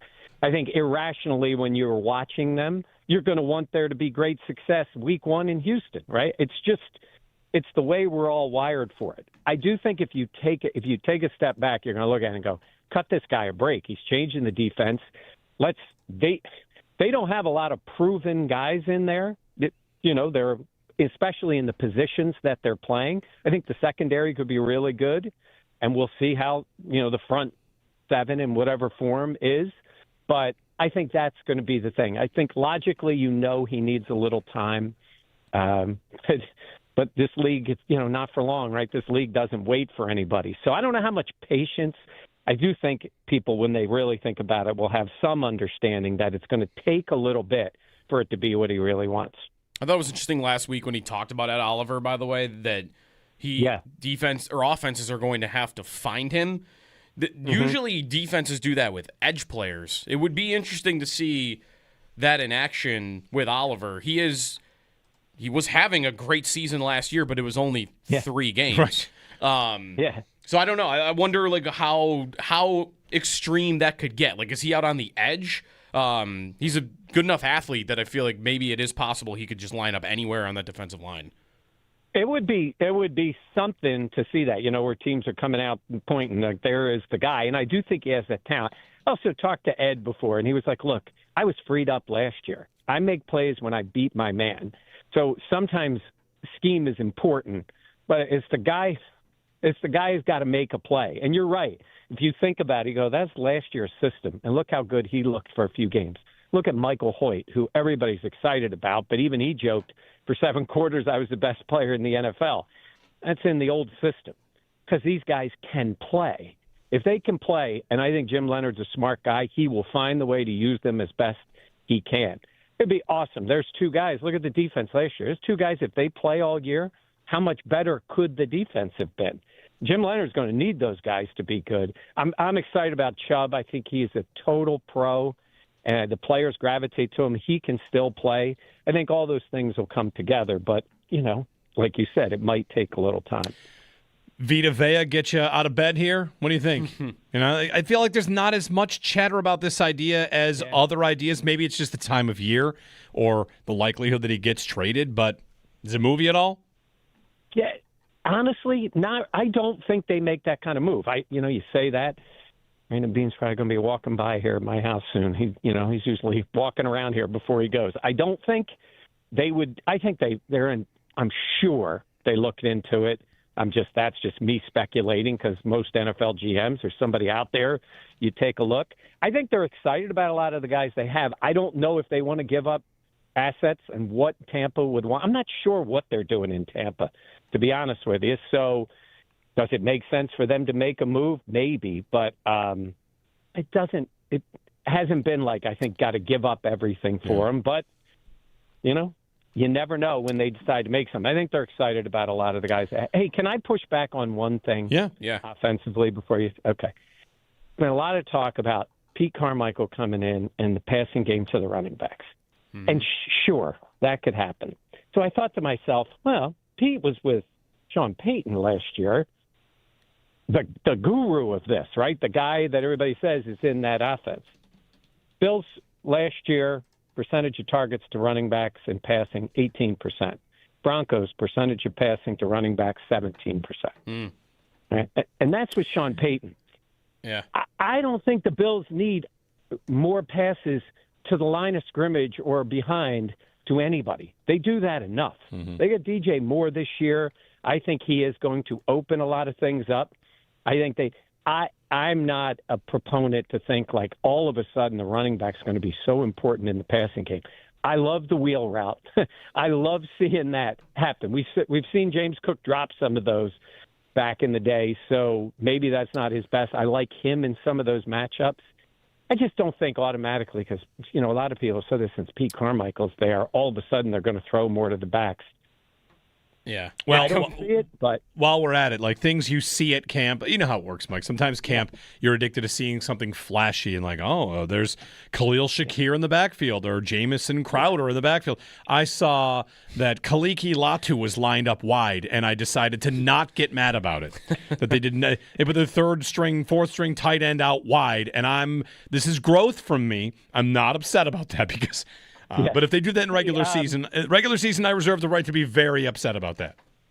By the way, we're not supposed to talk about some of this stuff, but Deion caught a touchdown. Oh, and he talked about it yesterday. Yeah. So, you never know who else is going to be getting targets this year. Hey, look, James Cook is a great player and a great running back, and they have options to get the ball to people. So I don't see that as the reasoning. Maybe a little bit more, but he had 40 targets last year, something like that. It's not.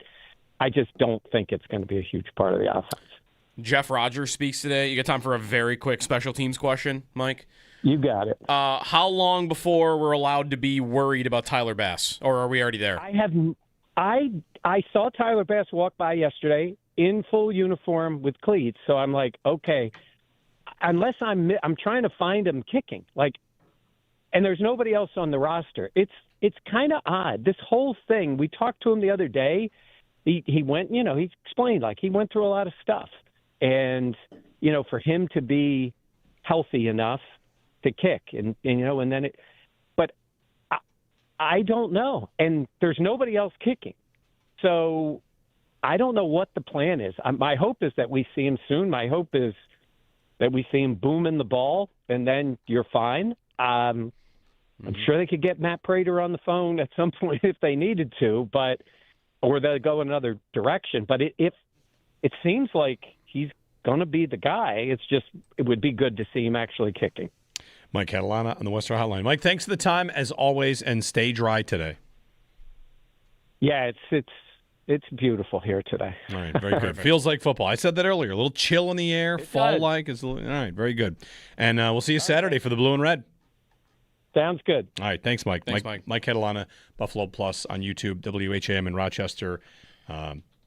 Always a pleasure. Deion Dawkins catching a touchdown. He has caught, I think, 2 in his career, but they were in 2018 and 19 when they ran trick plays because Brian Dable was their offensive coordinator. Right. I might put my life savings, which isn't a lot at this point in my life, but it's enough that it'll hurt, on a Deion Dawkins touchdown to reward him for dropping all the weight this offseason. That is a nugget. Will there be a Landon Jackson touchdown to reward him for gaining all the weight this year? Defensive player might be tougher to work in, but Throw I him in like at it. fullback. Put him at fullback. Yeah, they did Put that him with at fullback. Kyle Williams. They sure did. Sounds like we should have a scores a touchdown draft. Yeah, but a non-receiver running back, scores a tight end, touchdown quarterback draft. division. Yes, yeah. Yeah, All he would probably be the number 1 pick. And Spencer Brown can't get in on the action here. Why is it always got to be Deion? I could see Spencer Brown getting in on that. Did they ever throw a touchdown to a lineman that wasn't Dawkins? I think they have. I have maybe a Torrance thing in my head. Do I remember? Definitely not Torrance. Okay. I can't think of one. I can't think of the last lineman Jason Peters caught one from Lossman. Yeah, but That's a long time ago. Right. Oh, yes. New England playoff game. Perfect game. Oh, yeah. Who was it? Someone, a backup. It's Singletary, Knox, Singletary, Davis, Dawkins, Doyle, Tommy Doyle. Tommy Doyle. Yeah, Tommy Doyle. Tommy Doyle got a touchdown in the perfect game. All right, we'll get a break in. Sal's going to check in at 8 o'clock. We're also going to hear from the Bills special teams coordinator, Jeff Rogers. Maybe an update on Tyler Bass and what's going on with that. So plenty to get to. So hang with us, Jeremy and Joe, here on WGR.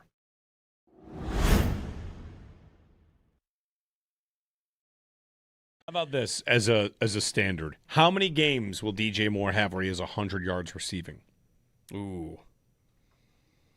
Think about it for a second. I got to think about Think about it for a second. Good. What's good for Throw that? out a number. 17 games. How many 100-yard games will DJ Moore have? 5. 5 would be very good. That's great, even, isn't it? I would think 5 would be very good. Yeah. You know how many, do you know how many he had last year? Ooh, it wasn't 5. It was not 5. Was it 1? It was 0. 0? He got to 97. And after that, the high was 73. Round up. Yeah, sure. Did he have one in the playoffs? No. Didn't he have a big... No. He didn't have a big playoff game? I thought. He had a big playoff catch. He did. Against the Rams, he went 6 receptions on 7 targets for 64 and a touchdown. Okay. Yeah. I'm not sitting here saying stats are everything, so don't tell me I'm fantasy footballizing this. I'm just, if you're a great productive receiver, you have 100-yard games in your sleep, a couple. And he did not last year. That's where, the fit into this offense this year being better, the chemistry with the quarterback. I think nice things about Caleb Williams. I think he's not close to Josh Allen. So, how many games could DJ Moore go for 100 yards in a game? I think 3 to 4 would be solid, and 5 would be great. So, yeah, 5 is closer to the moon. Yeah, I believe.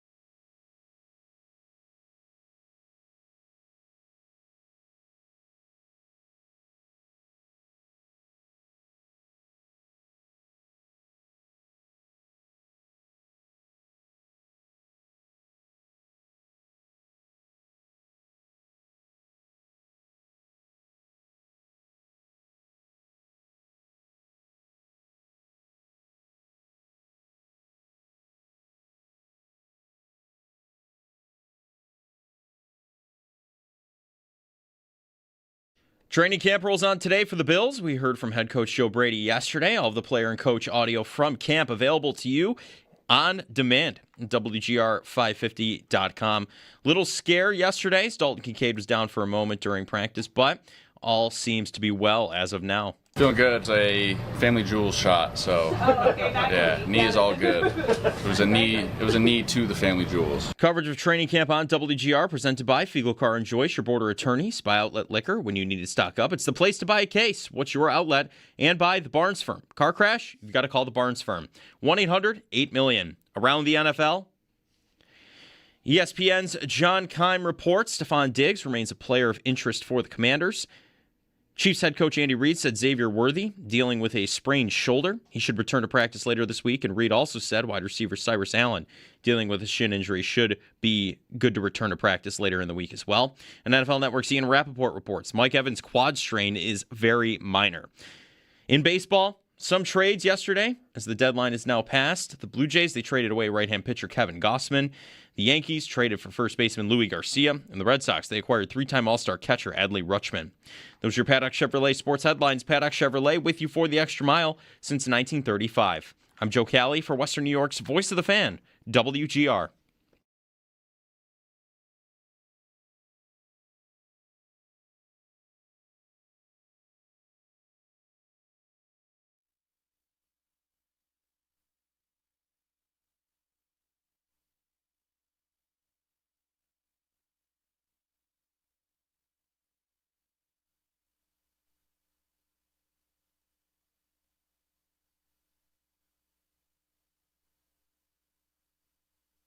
What motivates you? I mean, I guess the battery packs. The battery packs motivate me, but just getting back to who I once was. Getting back, and can you tell me a little bit so I know when I see it what that looks like? So I need to get back to being explosive, and making my presence known throughout the game. Making your presence known throughout the game. Bye. DJ Moore with Kay Adams. Year one of DJ Moore. Year one of 3? Gotta be 3. Gotta be 3? They committed a lot of money. Yes, they so did. if it wasn't 3, it would be expensive to get out of it. If they win it. That's another reason about your poll and like it crashing and burning being unlikely. The Bills aren't going to let it do that. They're going to work to make it happen because they have committed to him. Right? There's going to be an extra effort paid to make it work because you gave him $28 million a year for 3 years. Yeah. And if it went horribly wrong in year 1, it would be, oh no, this is bad. We have $56 million more committed to him. And what are we supposed to do? Now he's 30.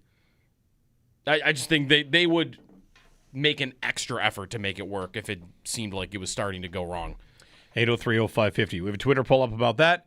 If you missed our conversation with Mike Catalana, we had that last segment. You can go back and find that. Sal at 8 o'clock.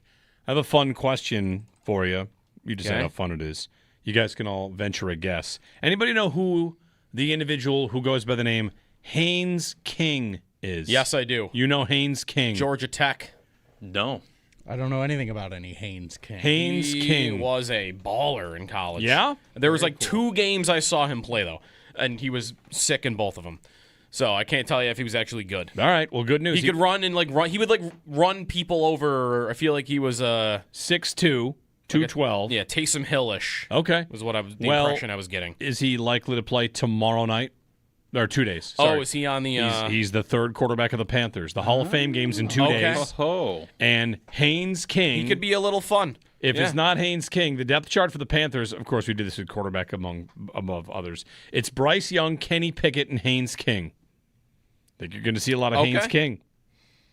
Arizona, it's Jacoby Brissett, Gardner Minshew, Carson Beck, and then Keaton Slovis. Okay. That's what you're looking at there. Wow. That's a list. Wow. We're going to watch some Carson Beck football on Thursday. Maybe. aren't we? We might be able to. I'm going to be staring at him because if you have a Cardinal in fantasy, that dude's probably playing at the end of the year in important fantasy weeks. What, when they're tanking? When they're tanking. When and they pull out Brissett? Pray he can get the ball to their good weapons. Yeah. Haynes King last year, to the Taysom Hill comparison point, he had 14 passing touchdowns and 15 rushing touchdowns. Whoa. And finished 10th in the Heisman. Okay. So... in his sixth college football season. So dynasty sleeper is what you're saying? Not sure I would go that far. Maybe I think maybe a future is again Taysom Hill. What was Taysom Hill? Fullback, tight end, special teams. Yeah. He is. There are Denver rumors about him. So the fantasy nightmare that has been Taysom Hill for the last 8 years might not be over if the Broncos sign him. Sean Payton. The Broncos have. Should the Bills sign him? No, right? No. That'd be dumb. No, the Broncos make sense because Payton coached him for a long time. Right. Who is getting more of a glow up right now in the NFL than Jalen Waddle? Isn't every fantasy guy saying Waddle's going to like our question about DJ Moore? Like, what's the scenario? To the moon? Yeah. Need a clear upgrade. It seems that a lot of the fantasy community, maybe Matt Harmon as well of Reception Perception, everyone is in on the idea that Waddle is going to go nuclear with Denver. Yeah, that he basically got traded to the perfect environment for him. And that's always something about, like, if we're talking Bills expectations, we could say, like, oh, how will the Bills be versus last year's Bills team? Yeah. But the more important question is, how will they be against this year's Broncos, Jaguars, Chargers, Chiefs, Patriots, Ravens, etc.? That's, of course, what the question is. I thought about Waddle for the Bills' sake because the Bills were linked to him at the trade deadline. When I heard Matt Harmon was talking about him with Mike Shope on Ship Chasing or ADP Chasing, his fantasy podcast, and Matt was talking about Waddle being so perfect for Denver and why you really should kind of throw out the last couple of years in Miami because he's playing a role that he did fine in as like the ex-receiver of that offense. And all I think the term he used was the Mickey Mouse stuff that Miami did was all going to Tyreek Hill. And Waddle would have been excellent at that, but they just had another guy. So Waddle stayed out on the outside playing that role. Isn't that kind of what he would have done with the Bills? What did the Bills need? They need a perimeter guy. Waddle, it seems like Denver's they have Sutton, right? Sutton can play out there, and Waddle's just going to move around formations in the slot, the easy stuff underneath, and then just run with it after the fact, motion. I feel like for him, Denver probably gets more out of him than maybe. I don't know how the Bills would have used him. It would have been very interesting to see. Because I don't think you probably want him playing the same spot that like DJ Moore's about to play if you wanted the best. So they might have landed on a receiver that I don't think is as good, but might fit what their need was better. Fair. I also think Waddle's going to do much more offensively in Denver. Like, I bet if you made me bet right now receiving yardage, DJ Moore versus Waddle, I'd take Waddle, I think, 100 times out of 100. How much of that Waddle is the same that's happening with McDaniel in L.A. with the Chargers? Is that the very talented people surrounding Tua are no longer chained to Tua. And whether that's McDaniel can do more with Justin Herbert or Waddle can do more somewhere else, not necessarily getting free from McDaniel, but getting free from the limitations built into a Tua offense. Like, hey, two of the guys that were amazing, and Tyreek Hill might be this too if he were healthy and he could still play. I mean, Tyreek Hill was amazing in the Tua offense and was amazing in Kansas City. So they kind of built the offense in Miami around him. Yeah. So, no, that's a lot of it. I mean, it's not like Bo Nix is Allen he has no limitations at all. But Denver also Denver quietly, that's a team that made the AFC Championship game, and we never really got to see whether they would have made the Super Bowl because they lost their quarterback, right? Bo Nix broke his ankle sliding. Would they have potentially won the Super Bowl? Is that out of the question? They were the one seed in the AFC. I wouldn't have picked them to beat Seattle, but could they have? Sure, they could have. What would the story told be any different? That team led the NFL in pass attempts last year. They were one of the pass happiest teams in the league. They could not really run the ball well for much of the season. Did it matter? Because their defense was excellent, and they were good enough at throwing the football. And now an offense that was already built that way, what did they do this offseason? Well, we'll just add Jalen Waddle to the mix. They didn't change anything, I don't think, about like what their run game is. They said, let's lean into it more. We're going to throw the ball as much as anybody in the league. Let's get one more weapon so we can continue doing that. Yeah, I liked their offseason a lot. Just that was kind of their only move. The other joke about Denver is they didn't do anything else. Yeah. Other than lose coaches. So the Hall of Fame game is Thursday, and then, of course, like the Hall of Fame ceremonies that happen with it, and the guys going in the Hall of Fame. Yeah. Drew Brees, Roger Craig, Adam Vinatieri, Larry Fitzgerald, and Luke Kuechly. Fitzgerald and Kuechly is like the Cardinals-Panthers angle of this. But Kuechly, who I saw is going to be the Netflix color analyst for the Melbourne game in Week 1. I was trying to find out who the halftime show is for Cardinals-Panthers. I'm in here looking at it, trying to find it, only because it tends to be, it's a halftime show or it's an NFL landmark event. It's not quite the Super Bowl, so sometimes kind of funny to see. Oh, and leading off will be, so and so, and would they do a frisbee dog competition or something? Who knows? But they don't do anything with the Hall of Famers. They do that before the game, don't they? There's always a lot of ceremonial stuff. Is there like a fan of the year that goes for each team? It feels like there's always something like that. So anyway, Hall of Fame game in 2 days, and the Bills blue and red on Saturday. Saturday at, I got to keep telling myself what time it is, 5 o'clock, the blue and red. Don't take that. Let me double check. Yeah, I just know we're going. It's too many days away for me to know what time it is and whether or not we're going to go to the game versus it's 7 p.m. All right. Yeah, that sounded right. 5's what time we plan on maybe getting there to tailgate a practice. Yeah, 5 o'clock might be like when lots open, or that's even before that. Yeah, 7 p.m. though. 7 p.m. is when like the things on the field start happening.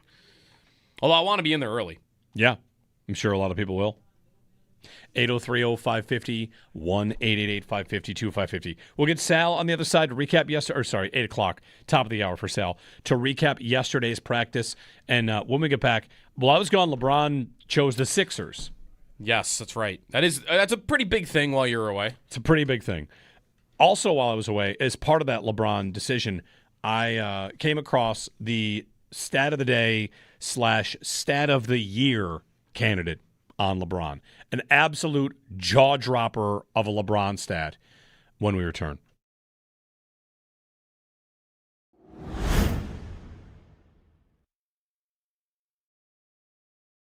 How about this as a standard? How many games will DJ Moore have where he has 100 yards receiving? Ooh. Think about it for a second. I got to think about it for a second. Jeremy White here for throw out a number. River. 17 games. How many 100-yard games will DJ Moore have? 5. 5 would be very good. That's great even, isn't it? I would think 5 would be very good. Yeah. Do you know how many he had last year? Ooh, it wasn't 5. It was not 5. Was it 1? It was 0. 0? He got to 97. And after that, the high was 73. Round up. Yeah, sure. Did he have one in the playoffs? No. Didn't he have a big... No. He didn't have a big playoff game? I thought he had a big playoff catch. He did. Against the Rams, he went 6 receptions on 7 targets for 64 and a touchdown. Okay. Yeah. I'm not sitting here saying stats or everything, so don't tell me I'm fantasy footballizing this. I'm just, if you're a great productive receiver, you have 100-yard games in your sleep, a couple. And he did not last year. That's where, like, the fit into this offense this year being better, the chemistry with the quarterback. I think nice things about Caleb Williams. I think he's not close to Josh Allen. So, how many games could DJ Moore go for 100 yards in a game? I think 3 to 4 would be solid, and 5 would be great. So, yeah, 5 is closer to the moon. I believe.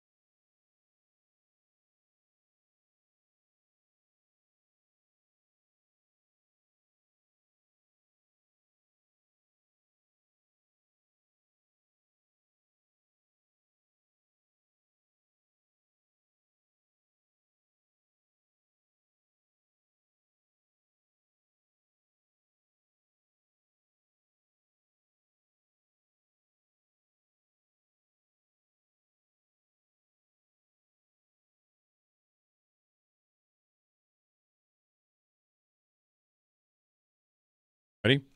Ready. Scott Kesmar had this.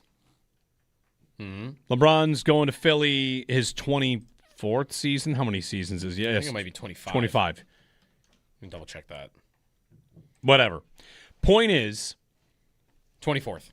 24th NBA season. Now, LeBron's teams have often been pretty good.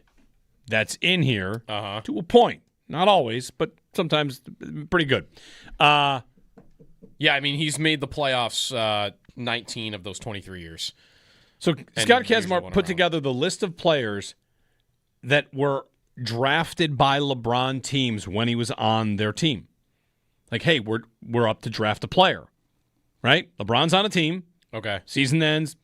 All right, it's our pick. Who are we taking? Okay. In the history of players drafted onto a LeBron team, Yeah. playing the 5th most games as his teammate is Bronny. Only 4 guys drafted played more games than LeBron's son played with him. And that list is not that impressive either. All right. I've got all of it. Daniel Gibson, Okay. J.J. Hickson, Okay. Max Christie, Okay. and Dalton Knecht. Did none of them. Those are the 4 highest played games. Yeah. Guys that the LeBron teams drafted. So basically, his entire quarter-century career has never been spent with someone that was like internally Never. homegrown. Not one time. They never got lucky. No. Well, they drafted some players, but a lot of these guys are like in trades. Well, they traded this guy. Yeah, they traded this guy. They got Andrew Wiggins first overall when he went And then they back to Cleveland, and traded him to they Kevin immediately Love. traded him. Yep. Yeah. But Yeah. Okay. and that's But like nobody. not a single player of consequence ever drafted to the team Wow. that he was on in 24 years. That seems impossible. Yep. Anyway, I bet all those guys are like early Cleveland guys too. a lot of Cleveland. I mean, there's Miami. Early Cleveland. Miami's in here. 2005. Yeah. Cleveland, then back to the Lakers. Yeah. Well, he's not going to do that in Philadelphia. You don't think so? They're not going to. How many years he got? Draft guys. Right. I mean, Rich Paul said that he thinks he's got 4 seasons left. Hey. I think him going to Philadelphia sets that up because he still has the Cleveland farewell tour in his back pocket. He's going to try to win a title for a year or 2, and then 1 year in Cleveland. I bet it's at least 2. He did sign for 2, so what does that to say? I think 3 is maybe as likely as 1, or maybe he's just going to try to play until he's 50. I don't know. He's still good. He's still good. Did you like the Philly decision? You wanted him on the Warriors, so was it just Warriors or bust for you? Yeah, otherwise I kind of just I don't really care. It's fine. It's fine. It's a cool jersey. It looks good. I wanted to push back against anybody that wanted to criticize for ring chasing. Do we care? Wow. Do we care about these guys winning, or do we not care about these guys winning? Yeah. This is where a guy would get criticized for anything. If he took the most money and went to a team that wasn't that great, he'd get criticized for, this guy just cares about the money, he doesn't care about winning. You take no money and you go to the best team possible, and it's all you're just ring chasing. Yeah. What you're supposed to do is stay in one place and have them build from within, which, of course, in 24 years literally never happened. It's not happened one time. Give me the television ratings for the Knicks and Sixers Eastern Conference Final next year. Let me see that. Bijan Robinson, $25 million per year, and a 3-year deal is in. All right. That according to Ian Rappaport. I've been in Dynasty, and we had extended him long before this, so I got him at a good deal. Yeah. Love Bijan. He's great. $25 million a year. What's James Cook? 12. Half? Is James Cook making half what the best running back in the league's making? Or the top running back in the league? I mean, you could say Bijan's the best running back, too, easily. Bet board, James Cook, hold in next offseason? He makes $11.5 million a year AAV, so he's making less than half the number one if running back. He has a big year, book a hold-in. Yeah, I think you're right. Book it. He might do it right now. Imagine he just doesn't show up to Pride. Did you see what Bijan just got? Yeah. Sal Capaccio on the other side, recapping yesterday, previewing today. We'll hear from Bill's special teams coordinator, Jeff Rogers, as well. Maybe get the latest on Tyler Bass. All coming up here on WGR.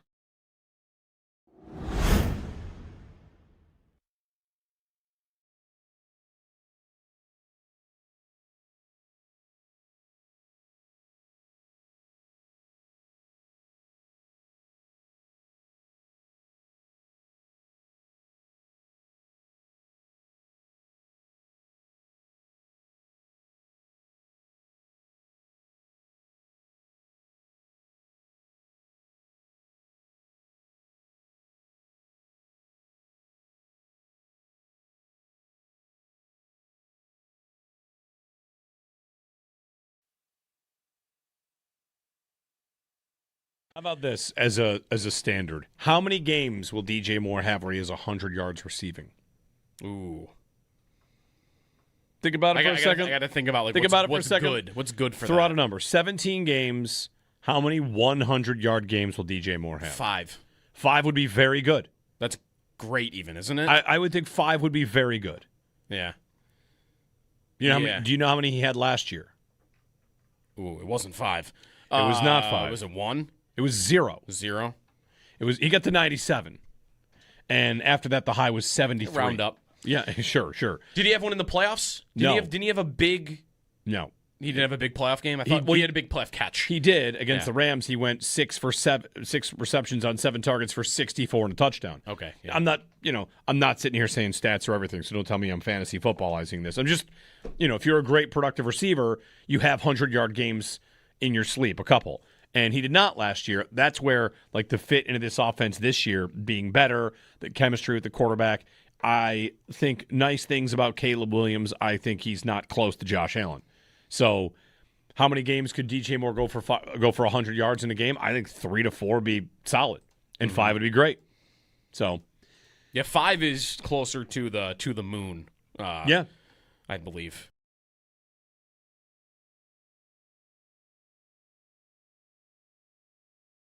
How about this as a standard? I want to ask you about Joe Brady, because one thing I think about with Brady as he becomes a head coach for the first time is that sometimes a coach, the coach that he is in year 1, he changes a lot by year 2. I think about Doug Marrone for this, right? Marrone was a different person after year 1. And that's not to say anything about Brady and Marrone as a comparison, but just so far, what are your impressions of Brady as the man running the show at camp? I like the way he has, and this will be a big word for a short amount of time, evolved a little bit. I think he's comfortable in his role. And he haven't hit his real role yet because he haven't coached a game yet. I want to say this, though. I really like Joe, and I think he's got a chance to be really good. I think it does a disservice to how good of a coach he can be with all the vibes talk. I know the players say that it's got good vibes and all that. He's going to be more than that. And I think sometimes it sells him a little bit. It's like, the stuff that's said about, he's like the uncle and all that. I think that does him a disservice. I think talking about that's not what he's here for. Look, it's great if the players like him and respect him and they'll play for him. And I think they will. But this guy's a head coach of the Bills, a team with a shot to go to the Super Bowl. He's got to be a damn good coach, and he has a chance to do that this year. If you're following me, I just sometimes think, he's not there to be, make sure everybody's having a good time. He is here to make sure this team gets over the edge. So I think he's got a real shot to do that. But it's not going to be easy. We all know that. You guys were going over, you see the schedule. You see what they're facing. You know where we're going to really be judging this is going to be in January. So sometimes I think I understand since the time he got hired, it's all been about the energy and the vibes. I think he can be a really good coach. I think that's going to be way more important than everybody thinking they're not nervous or they're not playing – scared for some reason that people thought before. So That's my 2 cents on Joe. Training camp rolls on today for the Bills. We heard from head coach Joe Brady yesterday. All of the player and coach audio from camp is available to you on demand at WGR550.com. A little scary yesterday as Dalton Kincaid was down for just a moment during practice, but all seems to be well as of now. Feeling good. It's a family jewels shot, so knee is all good. It was a knee to the family jewels. Coverage of training camp on WGR presented by Fiegel Car and Joyce, your border attorneys, by Outlet Liquor. When you need to stock up, it's the place to buy a case. What's your outlet? And by the Barnes Firm. Car crash? You've got to call the Barnes Firm. 1-800-8-million.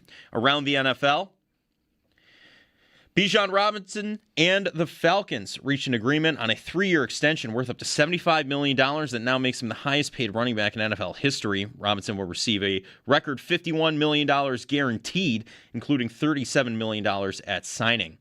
Lions running back Jahmyr Gibbs said, quote, "Nah, it's not about that," when asked if he needs a new contract before returning to the field.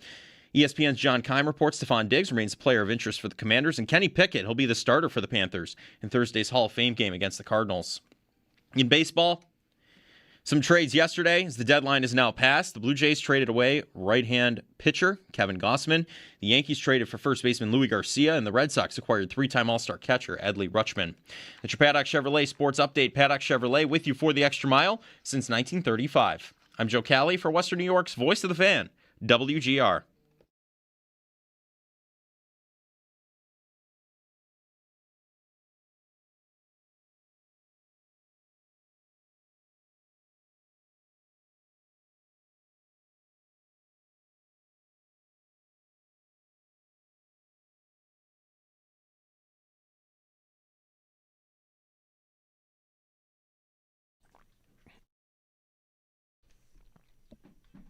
Going to get to Sal Capaccio here. Quick update as Bill's special teams coordinator Jeff Rogers is speaking at today's practice. We'll bring you some of the highlights of that a little later. We're going to recap yesterday's very wet practice with Sal. Get on to today.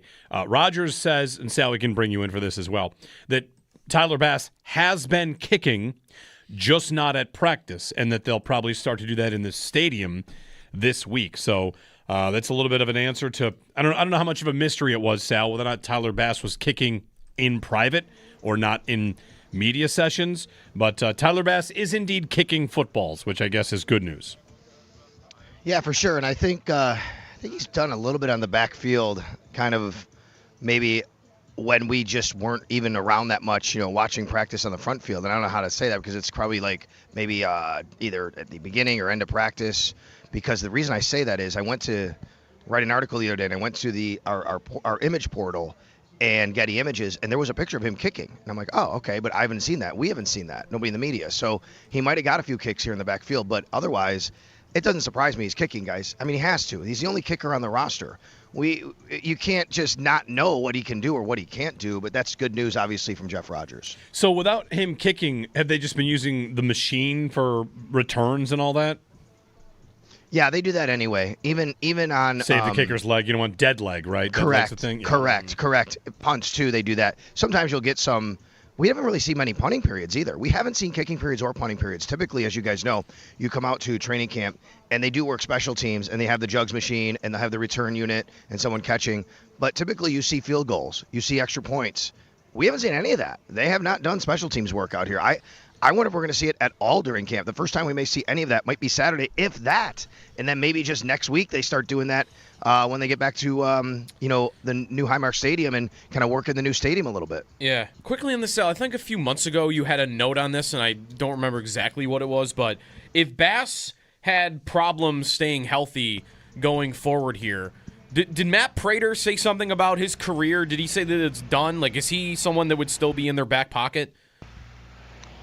I think Matt Prater wants to stay retired, but I think that, given his relationship here with the Bills and how it went down last year, if that was an emergency phone call, you never know. I think Matt Prater wanted to be retired last year, and that was an emergency phone call that happened. So he has a good relationship with the Bills. He's a good relationship with Tyler Bass. What he said basically was he just wanted to kick until Tyler was healthy. And obviously, by the end of the year, that didn't happen, and then even Prater had his own injury issues. So, look, if something were to really, happen to Tyler Bass or he couldn't go, I'm sure Matt Prater might be on that list, but there are probably other kickers that they would look around to bring in. Sal Capaccio, we're going to recap practice yesterday, a very wet practice, and also one that featured Dalton Kincaid highs and lows. The low, of course, a low shot that he took and later explained, which I guess put people at ease regarding any sort of potential knee flare-up. Yeah, I guess so. Sorry, guys, a little truck running by me there. Anytime, this is like the Keon Coleman thing, where it doesn't matter if Keon Coleman catches 100 passes for 100 touchdowns. Everyone's going to say, and I think rightfully so, I don't care. Show me in the regular season. Dalton Kincaid can do everything out here. Catch 100 passes, 100 touchdowns. The only thing people are going to care about is he healthy? Because that's been the issue. No one denies his talent. And yesterday he showed off the talent because he caught a 7-on-7 touchdown pass. He caught an 11-on-11 touchdown pass. Now, I will say, and we can talk about the reasoning for this, Sam Franklin was in coverage on him on that. No offense to Sam Franklin, but, he's not obviously one of their starting safeties. But that said, Dalton Kincaid later went down. He was on a knee, And I didn't see them working on his knee. Matt Bove explained to me they were literally like looking at his knee, like pushing on it and testing it. And that's when people were freaking out. I think we come to find out later that might have been because they were kind of moving it to see if his groin was okay, to be quite honest. You know what I mean? Like, can you move this way? Can you move that way? He got up. He went back in. He came to the tent afterwards for media. And the first question, as you guys just played a little while ago, you know what happened? He said he took a shot to the family jewels. But past that, he had, again, like another big day. We talked to Mike Catalana earlier this morning, Sal, and his review at one of his takeaways from camp was that Kincaid has very much indeed like looked like he's very ready. I can remember. So this is Kincaid's third camp, or fourth, right? Third, because they just picked up fourth camp. Okay, yeah. Fourth camp. Because I picked up his fifth-year option. So Gotcha. 3 years in the books. Yeah. So first camp, it was this guy looks the part. He's ready to rock. And I feel like in his rookie season, he was a story of camp. Are we at that again where it looks like he and Allen have the connection? He's more ready. I read that he changed his offseason program as well to try and strengthen his knee. So, like, Kincaid has done more to try to be ready for this season, given he's got this thing he's dealing with that he is hoping to get through and, of course, be better for. It's not just his knee. What he said was he started his training earlier than he normally would. He's working with a trainer in California he really likes. And then he said, I even said no to some trips I would normally take during the offseason because I wanted to keep training. Like, you know, he really wanted to make sure that his body was right, not just the knee, but getting bigger, getting stronger, being able to handle the rigors of playing the tight end position, blocking, all those things that go into it. I mean, I haven't seen him even being wearing a sleeve or anything out here, a brace, a sleeve, nothing like that. But to your point, I'll go back to what I said earlier, Jeremy, which is, yes, he has looked really good, but people don't want to hear that. They want to hear him being healthy. You know what I mean? Like, it doesn't matter. He can be the best player out here every single day, and that's great.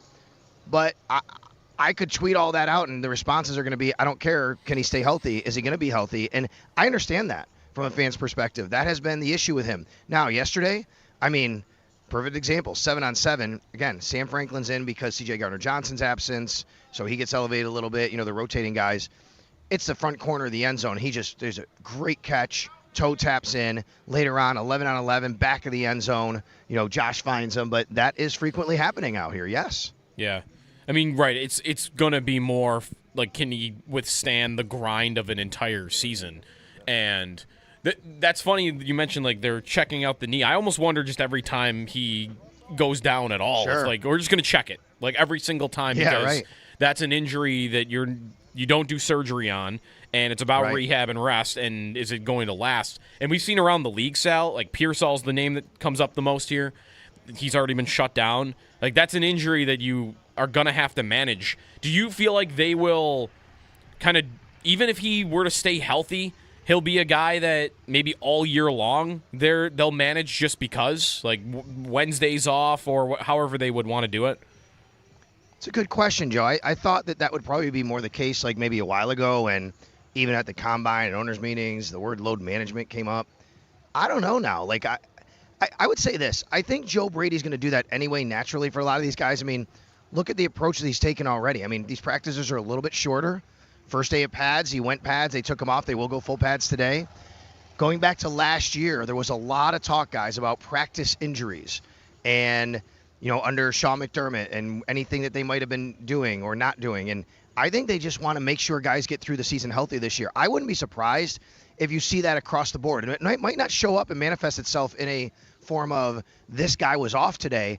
It might just be because everyone's getting a little bit like less work in. They're doing a little bit less on a Wednesday than they normally would. I don't know. It's a good question. I mean, this is a new era we're living in with Joe Brady.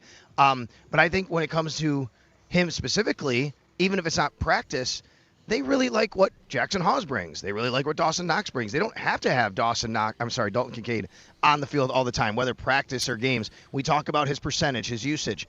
Yes, of course you want him on the field catching touchdowns and playing a lot. But if you have two other tight ends you really like and you can be versatile, I don't think there's anything wrong with that, and the Bills would like to use that. Is there a little bit of a buzz about the fourth tight end too right now, Kaliki Latu, or just a little bit? I mean, he has really good hands. He's a tall guy.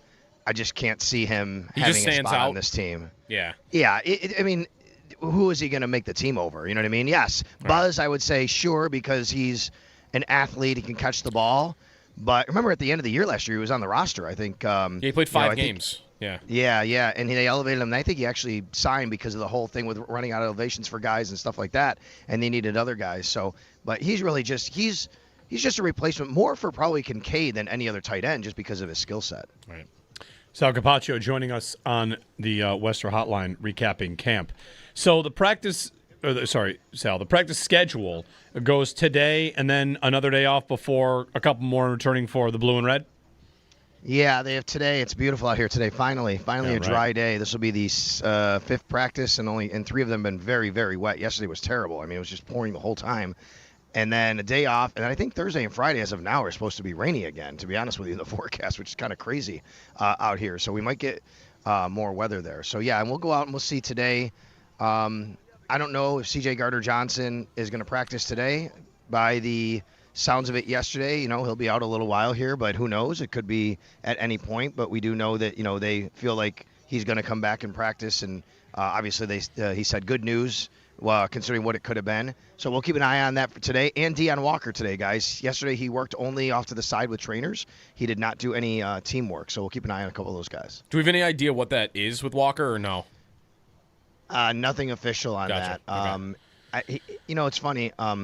He was doing ladder work and footwork, and he seemed fine. So, I mean, today will be – if it's 2 days in a row, then you kind of raise your eyebrows and say, okay, what's going on here? But maybe today we'll see if he's out there. It could have been anything, that just tweaking or bothering him, but we'll find out. Is there anybody, Sal, that's standing out as, the training camp heroes year by year? Somebody always kind of becomes that fan favorite guy that doesn't have a great shot at making the team. Is that happening with anybody right now? It's a good question. Let me think about that. I want to say maybe, yeah. Kenai Walker, defensive back, cornerback. Okay. Kenai Walker, an undrafted free agent cornerback. He is making some plays, but it hasn't manifested itself into like, oh my God, pick 6 off Josh Allen.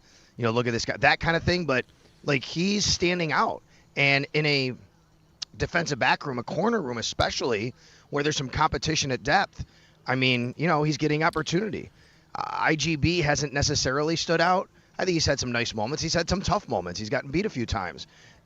And, there's going to be, we talk about competition at the top, there's going to be competition at the bottom, too. I mean, Kenai Walker, not that he would beat out IGB for a roster spot. They're going to keep him. Right. But, you might want to keep an extra guy if he continues to do that. Right. You've talked a lot about corner and the depth, that the questions about it, that wouldn't that be a position where there would be room for somebody to kind of come out of nowhere and make the team? I think so, yeah. The question might be numbers on that, Joe, right? Like, how many outside corners do you want to keep? If you have, obviously, your top 4, you always want to kind of keep 4. Do you want to go with a 5th one? If you can contribute on special teams, that's your way to do it. A guy like that obviously would have to contribute on special teams for him to, be on the team. But, yeah, Kenai Walker is probably the guy at this point that I would identify for that. All right. And Tre'Davious White, Brandon Beane did talk about him last week, was it? Like, always in contact in case there's a need to add somebody else to the mix. Well, this could be corner. This could be, any familiar face, Shaq Thompson, whatever, Brandon Cooks. Like, we've got our short list of names.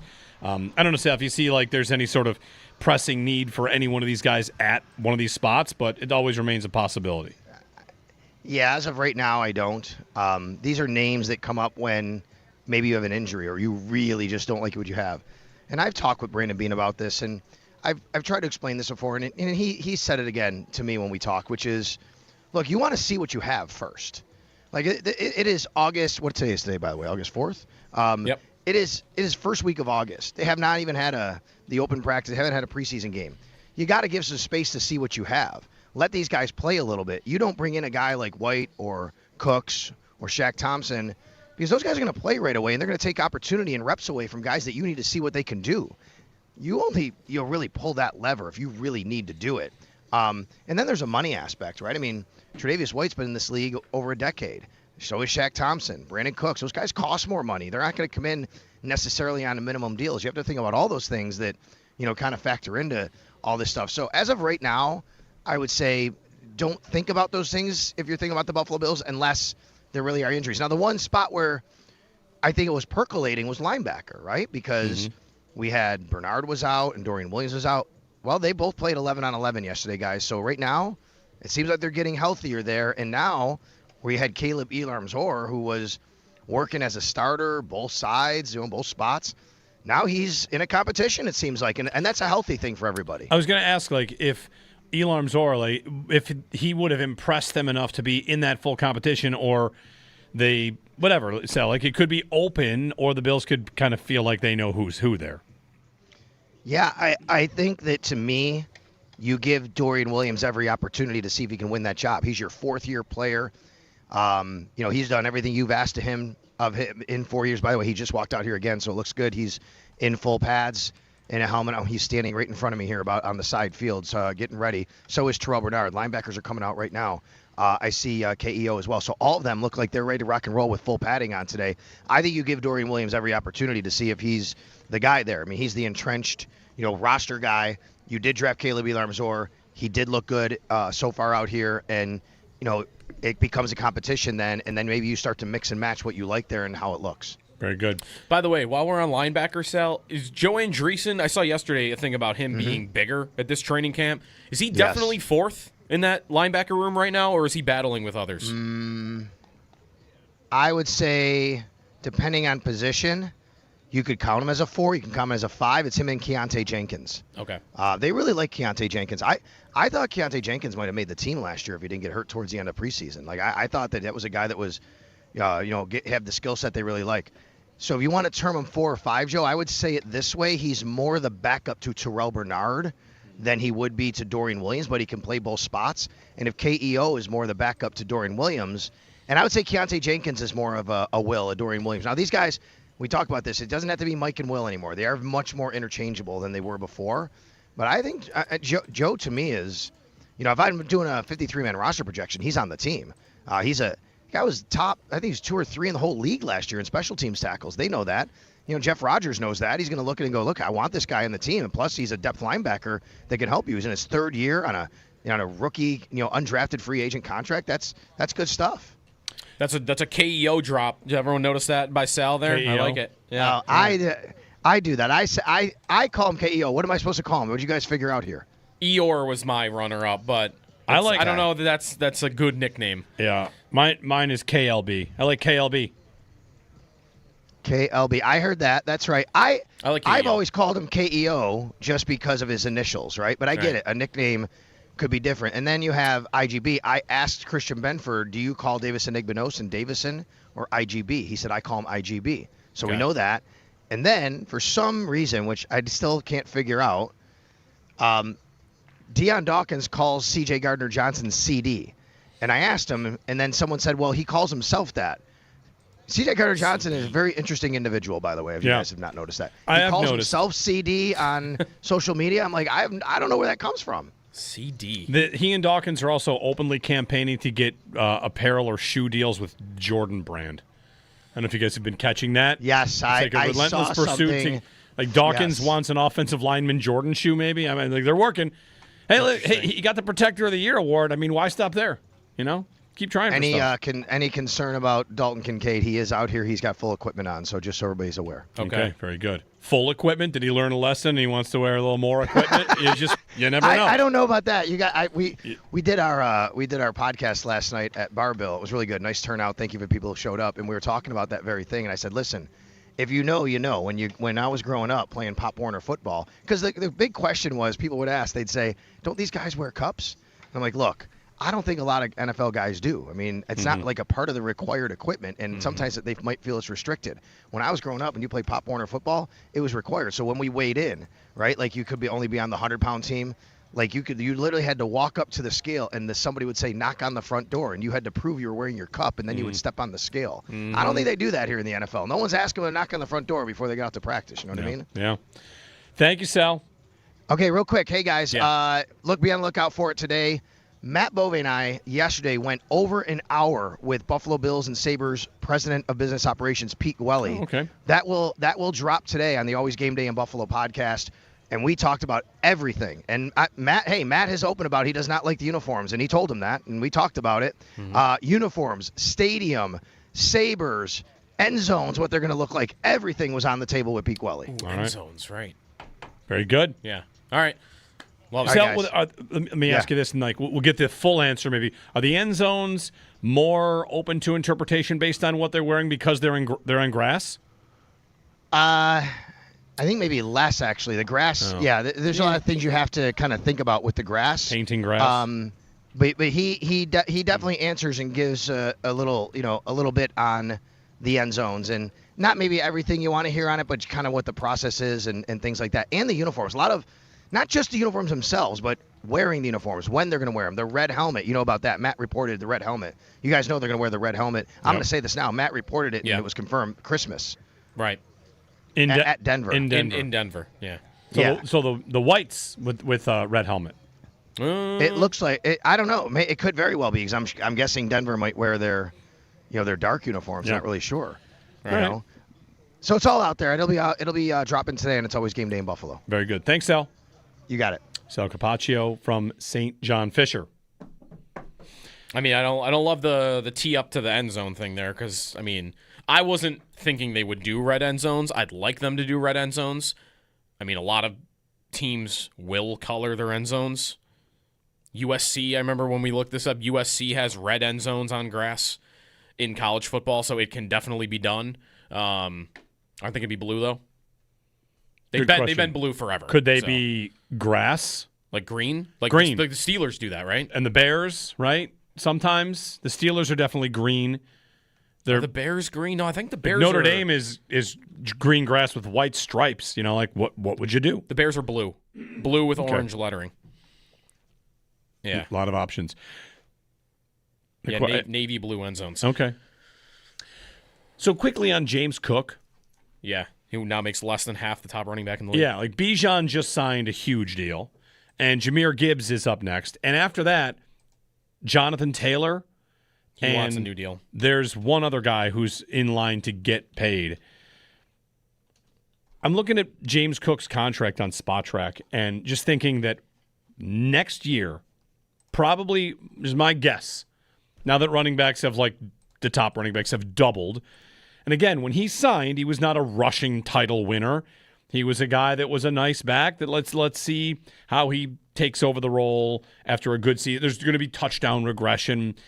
If he gets another, 1,500 yard season, 1,300 yards even, 1,000 yards is a bell cow back, catching balls, getting touchdowns, then when they go to next offseason, I tweeted that I'll schedule my James Cook hold-in. They could do that, or the Bills could just say, let's redo your deal and give you more money. Because Cook's cap hit goes up next year to a point where, right now, his cap hit is 5.8. Nothing. Next year, Cook's cap hit is 13, which is still not That's still not bad. Terrible. But the point is, they could just say, let's get that down, add money, add a void year or two, or whatever. I just think it's very, very likely to possible to whatever you want to say, that the two sides will have to have conversations about him being paid the level of running back that he appears to be. Right. If he's a top 10 back, if he's a top 5 back producing for an offense like this, then he's not making enough. Right. Because right now, do you know where he ranks at his position? Per year is not the best way to do it because, there's guaranteed money. There's how many years it is. Just AAV. But per year, you know what he is at running back? 13th. Okay. And after Gibbs signs, that's 14th. Yep. And Jonathan Taylor signs, that's 15th. 15th going into another year. I mean, everybody that signed this offseason, Travis Achane, Devin Achane. Formerly Travis Etienne. The Achans. Yeah, but both Achans, yeah. Breece Hall is making more. Kenneth Walker is making more. Jeremiah Love enters the NFL making more. Yeah. I mean, Bijan is getting $5 million more than second place. But that's only for right now, right? Because Gibbs, as you mentioned, will Gibbs go above Bijan? Maybe. I mean, I don't know. The Lions might feel like, imagine if you're the Lions and you didn't want to give him $25 million per year, and now that Atlanta went first, you might feel like, okay, I don't know what that negotiation looked like before. Because in theory, Gibbs should make, I think, the same as Bijan. Or close to it. I think Bijan's the best running back in football. Dan Campbell So he should be number one, but Dan Campbell's already been asked about the Bijan extension and what it means for Gibbs. yeah. He said it's certainly not going to hurt, but we'll see. The idea that the extension done for Bijan, finalizing a deal with Gibbs. Could this be the same timeline? Remember when this happened with Cook, Kyron Williams signed and then Cook signed. Yeah, for almost the same money. It was pretty soon after. Yeah. So this is done, and now it's like, okay, the staring contest between two football teams and two running backs is over. Bijan's deal's done. Gibbs comes in close to that. So Dan Campbell says it's certainly not going to hurt the idea that the Bijan deal gets done, helping Gibbs. 803-0550, 1-888-550-2550. When we return, full pads on today. All right, Matt Bove tweeting on video right there of Spencer Brown. Full pads are back. The whole day? Oh, it looks like full time. Full pads, full time today. When we get back, we got some more football stuff for you, but I wanted to check in on your belief that the Sabres are still going to make a big trade. Mm-hmm. I'm in my heart, I'm debating calling the idea dead. I'm ready to call it dead. No. We'll get to it. I'm ready. I'm saying goodbye to this idea. Wow. You'll have to wake me up when it happens. And this person was also on Family Feud. Yes. Okay. Yeah, Connor Hellebuck. So Connor Hellebuck on Family Feud and also the trade idea declared dead. You tell me if I'm crazy for doing it next. We're, of course, waiting for the camp stories to develop. Only 7 practices. Yeah. Maybe it's tougher to get, stories to come out in terms of what fans are following, what the talk is about. But so far, to this point, what to your eye has been the thing to watch at Bills camp? I think for most fans, honestly, it's kind of easy to say DJ Moore, and it has been because he's the new receiver. We joke about, even the defensive players joke about it. Everybody cheers. We were talking to Christian Benford. He's like, man, everybody cheers when the offense makes a play. I mean, that's natural, right? People want to see that.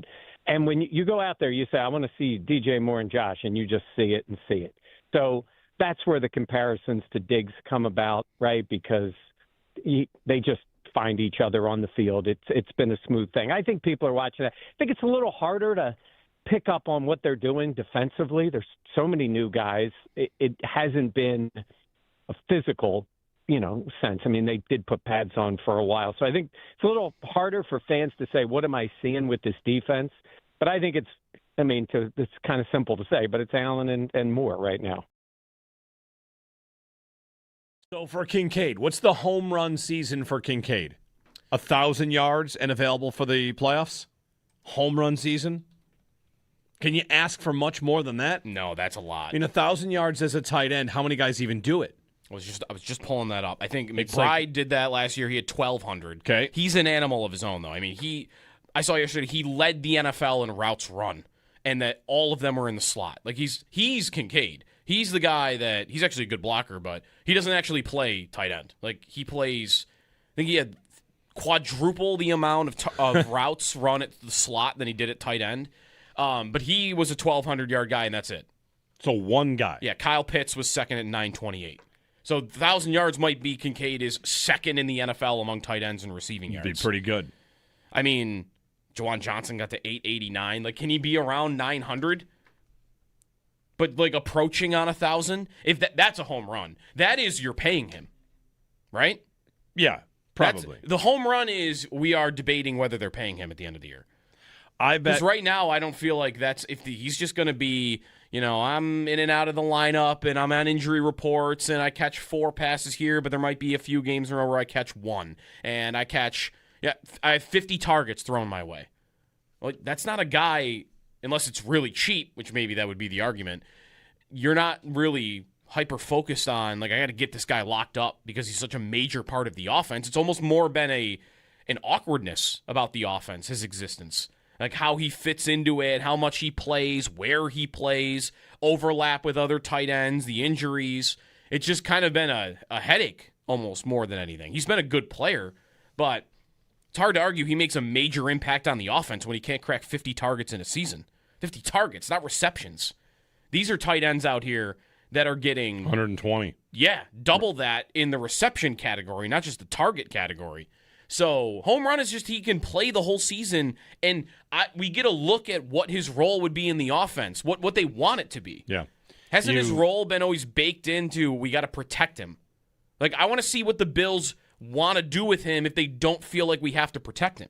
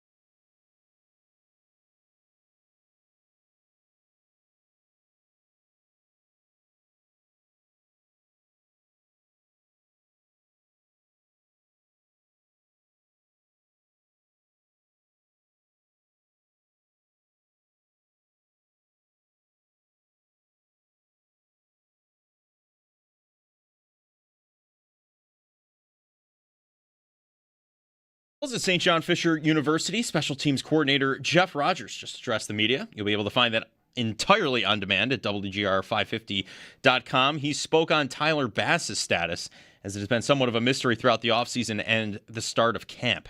I don't think he skipped steps. It starts from ground zero and getting guys. He's working with 2 new holders right now. That's a part of that comfort. So it's going to be a rep thing. But he looks like he did on tape, and yes, he's kicked.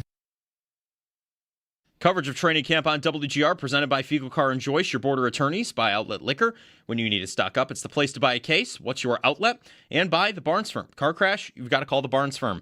1-800-8-million.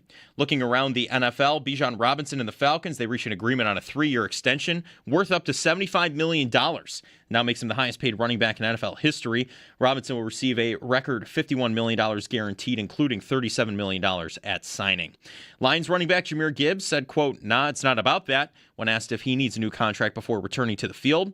ESPN's John Keim reports Stephon Diggs remains a player of interest for the Commanders, and Kenny Pickett will start for the Panthers in Thursday's Hall of Fame game against the Cardinals. In baseball, some trades yesterday as the deadline is now passed. The Blue Jays, they traded away right-hand pitcher Kevin Gossman. The Yankees traded for first baseman Louis Garcia. And the Red Sox agreed to acquired 3-time All-Star catcher Adley Rutschman. That's your Paddock Chevrolet Sports Headlines. Paddock Chevrolet with you for the extra mile since 1935. I'm Joe Cali for Western New York's Voice of the Fan, WGR.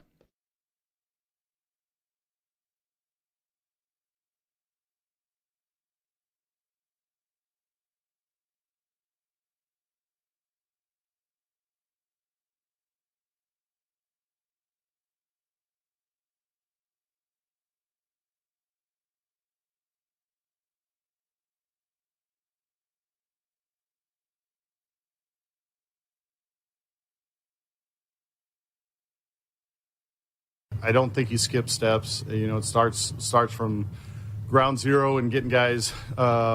He's working with 2 new holders right now. That's a part of that comfort. So it's going to be a rep thing. But he looks like he did on tape. And yes, he's kicked. Yes, he's kicked. That's Jeff Rogers on Tyler Bass. Coming back from break, Joe Cali producing's like, I'm going to play a Rogers clip. We all said, Rogers, do not want. Like, oh, no, Jeff Rogers. Jeff Rogers. Oh, okay. Yeah, that's fine. Not Aaron Rodgers. No thank you to the Pittsburgh quarterback. Jeff Rogers. Yes, he's kicked. All right. Good.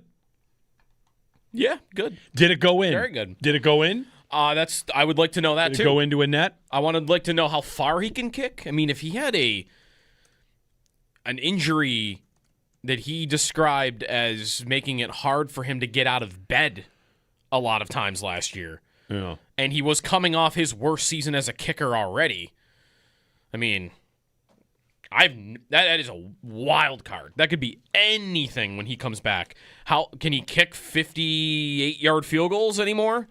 Is he still as inaccurate as he kind of was starting to become before? He went 4 for 4 from 50 last year. Or 2 years ago? Yeah, sorry, 2 years ago, right. 2 years ago, 4 for 4 from 50. But overall field goal percentage, I think he was one of the 3 worst kickers in football. Yeah, and to be honest, the way that kicks are getting made now, how not just how accurate, but how deep they are. Right. Cam Little, Aubrey. You don't want to live in this land where Bass has been. It's just no. So whether he's going to kick this year or you're talking if he's still banged up and it's an injury settlement, but next year they can save 4.3 on the cap by getting rid of him. See, that's it. That's going to be it. And I do not think you extend him. And I also wonder, I don't know, how much are we doing the he's one of his guys things with a coach? Was Bass a McDermott guy? Was he? Does Brady have his? Is he a Bean guy? That's what I mean. The GM stayed. When I think of Bass and his career arc, I think of McDermott just really praising him for sticking through some of his struggles, and we never lost faith in him, and he hit a really big kick. And anyway, if you can't hit from distance, you should get a new kicker. I know accuracy everywhere matters, but the league is hitting from 60 all the time. Yep, and he hit the one from 60 that probably saved his job on the Bills, right? 61-yarder to beat Miami. There was another kicker on the team, or on the practice squad at that point, and the deadline was approaching, but then he kicked a 61-yard field goal. That's the only one of his career, and that's not to say, I don't know, maybe he'll come back and he'll be fine, and he'll be able to kick 61, 62-yard field goals. But now you've got guys around the league like, again, Cam Little, Brandon Aubrey, there are others that are making it from 67, 68 yards. And how about the fact that they're just good enough that you can attempt those? Like Cam Little last year, did he make all of his 50-yard field goals? No, but he attempted 10 of them, which is as many as Bass has in his last 2 seasons combined. So that's an extra weapon, not only that you can have guys that make it from that distance. I wonder how many of those misses are from the mid-60s. And it's obviously beyond that. It's, Bass, it's not just distance. The last 2 years of his career, 82% for field goal percentage is not good. It's not going to do it. And do you trust him right now to make a 45-yard field goal in a big playoff game? That's a better question than can he kick it from 65 yards is what yard line do I have to get to in a playoff game to feel comfortable with him kicking it? Do I have to get to the 20? What do I have to do? Yeah. 803-0550 in the chat, comment here about Bass. I haven't had confidence in Bass since the divisional game miss that's against the Chiefs. And I probably should have that matter. I thought if they made that kick, they were about to lose anyway. Same. But that doesn't mean that Tyler Bass in that moment, he didn't control the score. He didn't control the defense. He controlled one thing, which was making that kick. And maybe I've been wrong to kind of write it off it didn't really matter that he missed because that same kick in a spot where it maybe does matter could be really important. You want to, of course, avoid that. That was, by the way, a week after he went 1 for 3 against Pittsburgh, not field goals. I mean, same thing. Didn't matter there because of the score, but he went 2 for 5 in a playoff season. Yeah. Kickers last year kicking 60 or more were 12 for 22, which is a big uptick from actually the year before. Okay. And the make percentage on 50-yarders right now in the league, I believe, is 70%. Yeah. 50 and longer. So anyway, get kickers out of your fantasy league ASAP. Joe's in here, just got an offer in the break to play in a college football fantasy league. Yeah, Yahoo is offering college football fantasy now. And I don't have any way to really flesh out why, but print that email out and burn it with fire and never talk about it again. Is that bad an idea? I feel pretty confident. I feel very confident that I will never be in a college football fantasy league. What's the problem? It's too many teams? No. Too many teams in college football you'd be drafting. I don't know. I can't say. I don't. No. There's infinite issues. Yeah. So it's infinite issues I can't speak on. I'm reading about what Yahoo is offering. Let's see if any of this softens your stance a little bit. Go. One, RG3 is the guy who is selling it, by the way. Okay, makes sense. Draftable players include only from the Power 4 leagues. No. So SEC, Big 10, Big 12, and ACC, plus Notre Dame. Plus Notre Dame. Okay. So 68 teams you're drafting from. Terrible. Horrible. You're drafting 18 players instead of the standard 15. Also, what's this? In addition to drafting individual players and a defense, there's also a roster spot for team offense, rewarding team-level aggregate scoring. Are you kidding me? Man. This is being offered. We gotta drafts are live. There's player rankings. I got a little tab there to hit. Who's doing those rankings? I need that name. Some Is it poor RG3? soul. Kirk Herbstreit. They're actually just having his dog do it. Yeah. No way. None of that helped. No. Horrible. Horrible idea. Jeremiah Love, 101. Jeremiah Smith. Yeah. Right. Now you're in? I could have Jeremiah Smith on any team. I'd feel good about it. I do have a league this year. This is a crazy rule that we introduced. This is not a dynasty league. It's a keeper league, so you can keep two guys. We introduced this year, you can draft a player in college a year ahead to get his rights. That I will totally sign up for. Our draft at the end of the month, like someone will draft Jeremiah Smith. Yes. Okay. And he could be one of your two keepers at the end of the year. But where do you pick him? Because you're drafting someone that will not do a thing for you all year this season. First overall. Can't be first overall. Okay. I mean, Jeremiah Love is available in this draft. You would draft him over a guy that will help you this year? Yes. You must really like Jeremiah. I mean, a lot of people really like Jeremiah Smith. He's pretty good. He's good. He's pretty good. All right. On Connor Hellebuck, yes. We're going to talk about Connor Hellebuck for a second. We're going to do our Hellometer. Hell yeah, Buck yeah, hell no. Yeah, Correct. That's what it was. I went on vacation. Yeah. And I came back. Yeah. And Connor Hellebuck's not on the Sabres. Correct. I believe you promised me he would be. Maybe not by the end of the vacation. So I started thinking about this, like the Sabres offseason. Is it over? We had the anniversary of the Skinner trade. Oh, the Hellebuck trade could have happened any minute. And then I started thinking about the NHL cycle. And you know how this goes. That's more of a trade for, and then you just list 5 months from now. Whatever day it is, you look forward 5 months and say, it's more of a trade for the summer. That's more of a trade for the deadline. Yeah. How is it not getting less likely by the minute? And then, past that, write for me the scenario that it would happen in season. Because there are two outcomes for him in season. He's having a bad year. Why would you trade for him? He's having a good year. The price is too high. You're having a good year. Don't want to upset things. Things are going well. You're having a bad year. Well, why are you paying for the assets to try and turn?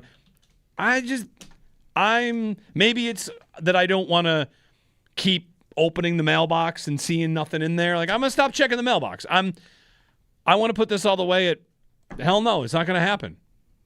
Yeah, I am not with you at all on that. Maybe I'll try to mush this so he gets traded tomorrow. I think this begins and ends with that player's willingness to play for the Winnipeg Jets, and I have no indication anybody that that's any different. Hockey players don't hold out.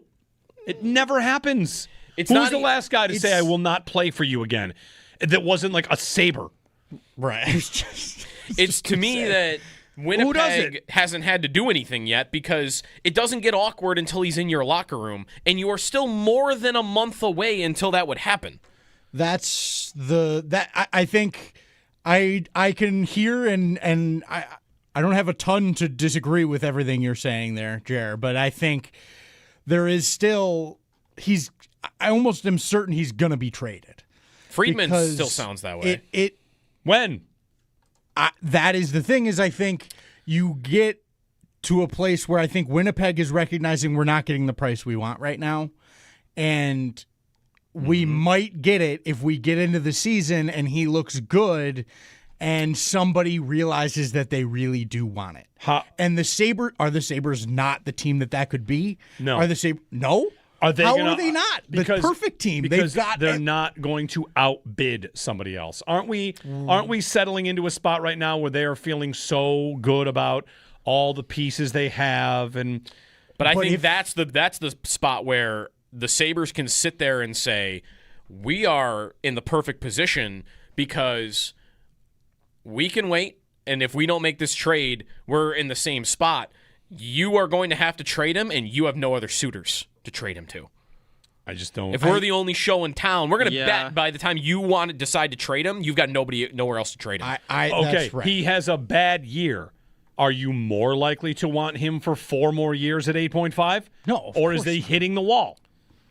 No, if he's struggling, then it becomes a concerning trade to make. Okay, but that's not. And if he's doing great, what's the price? More than it is now? I think if he's doing great and the team isn't going along with it, Winnipeg's struggling, then I don't know that they'll be able to ask for anything more, no matter what he does, because everybody knows they need to get rid of him. I just don't know that it even gets to that point. I don't know how he plays there again. He basically said at the end of the season, "I'm Tell done." me the last player that said, "I won't play here," and then didn't play. Actually refused. Well, they often get traded. Okay, who's the last guy that sat out? Missed time. I mean, Jack Eichel. Willie Nylander sat out to get a contract. Yeah. He missed half of a year. Didn't say I won't play here.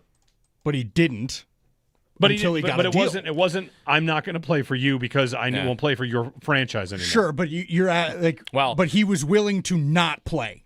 Sure. Because you didn't give me what I want, and it wasn't even I don't want to play for you. It was I don't want to play without you paying me. Right. I feel like that's harder to get to than I don't want to play for you anymore. Mm-hmm. Yeah. It's easier to get to.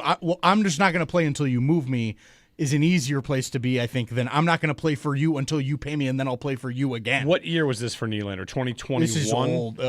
This is his first deal. 18. Yeah. There are also just guys that might be willing to play because they feel like they have to, and that you just know they're not happy.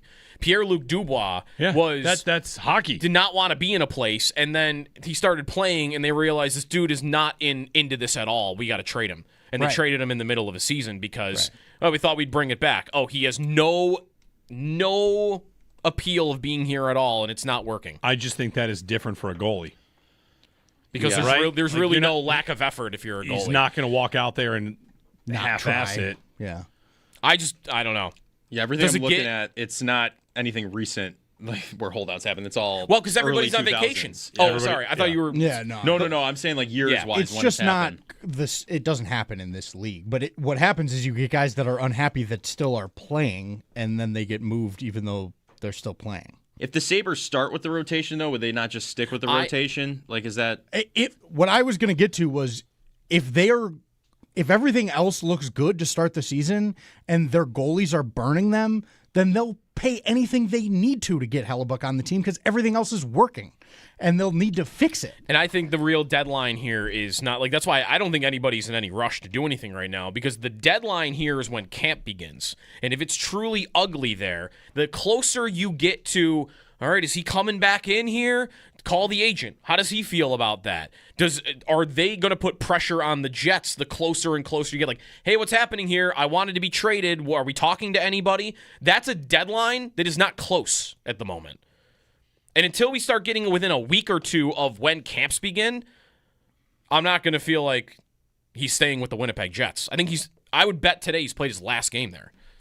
Okay. Deion Walker, once again in pads, working with an athletic trainer, but on the field for the Bills, but working off with a trainer. C.J. Gardner-Johnson is like hitting an exercise bike harder than I've ever seen in my entire life at the moment. He's going hard. It looks all right. I feel like the timeline's short for him just based on him walking around. Yeah. What we're seeing at camp. All right. We'll see about Hellebuck. Hopefully we have... Did we move the meter and all? I don't even know where it was. I'm just moving it to hell no. I just don't think it's going to happen. Or at least I can't allow myself to sit here and say, like, when's it going to happen? We'll get a break in. 803-0550, 1-888-550-2550. Jeremy and Joe on WGR.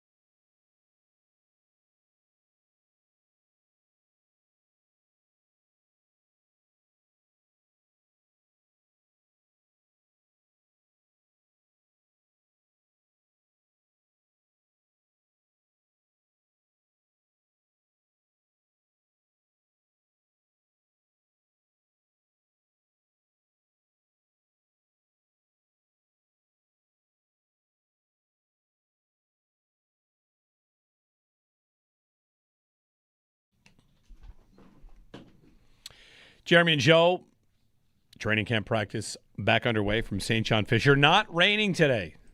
Progress. It's not raining. Hey, our stream, of course, is brought to you by Belknap Heating and Cooling. Thanks, everyone, for jumping on the feed, watching us. Notice a rattle in your ducts or a rise in your heating and cooling bills. If you do, give Belknap a ring. With 0% financing, the cost of upgrading to a high-efficiency dual-fuel heating system is a breeze. Learn more at belknapheating.com. That's belknapheating.com. Go green. Save energy and money with Belknap. Schedule a free estimate on your new installation. Give Belknap a ring at 688-1728 for more comfort and less ka-ching. Give Belknap a ring.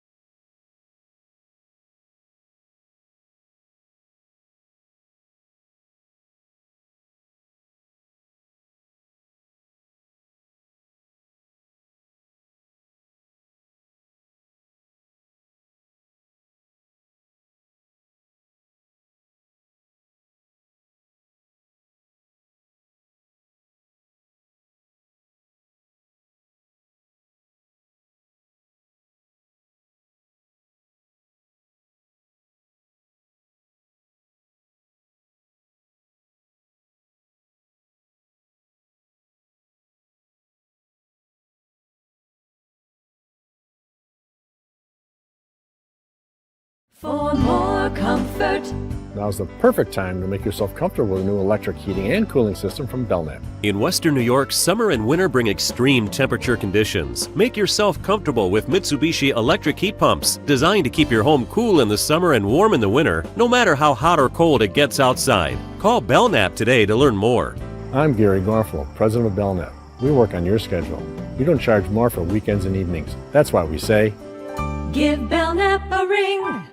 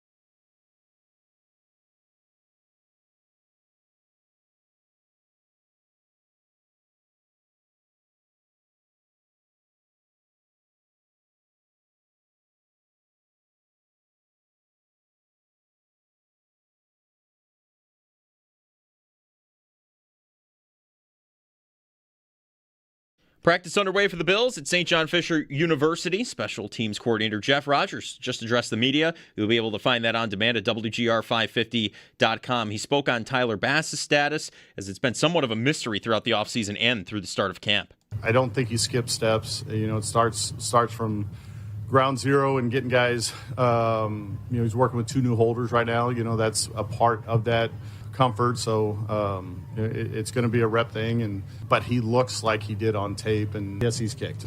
Coverage of training camp on WGR presented by Fiegel Car and Joyce, your border attorneys. By Outlet Liquor, when you need to stock up, it's the place to buy a case. What's your outlet? And by the Barnes Firm. Car crash? You've got to call the Barnes Firm. 1-800-8-million.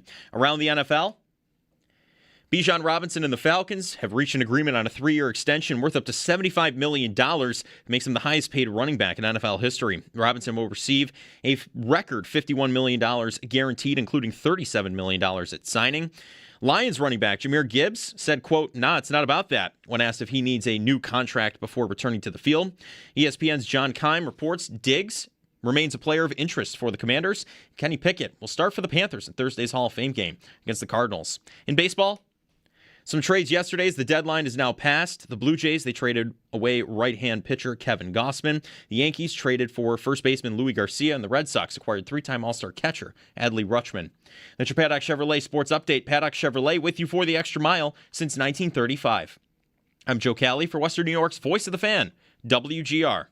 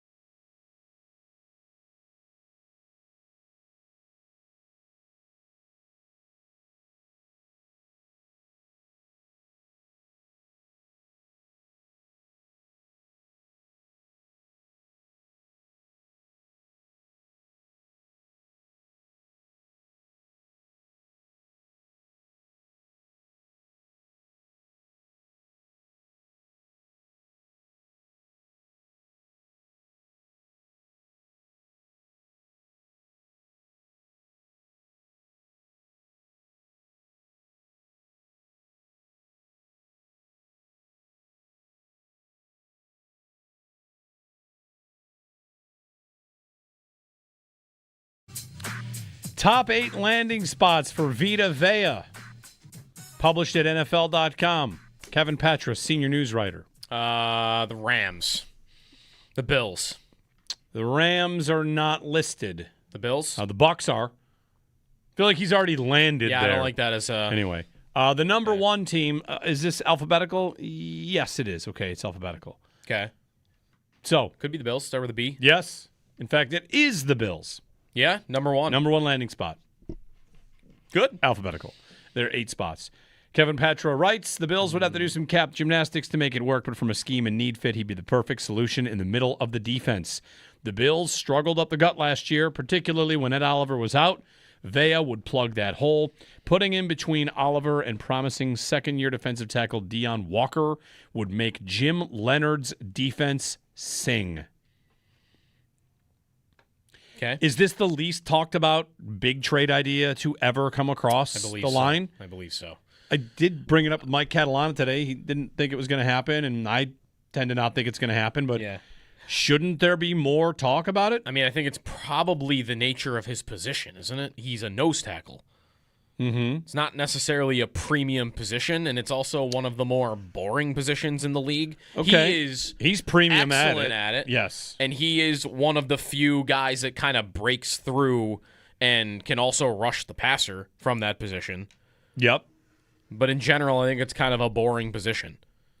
That's probably why. An unsexy position, if you will. Yeah, and I do, again, he can help you on passing downs.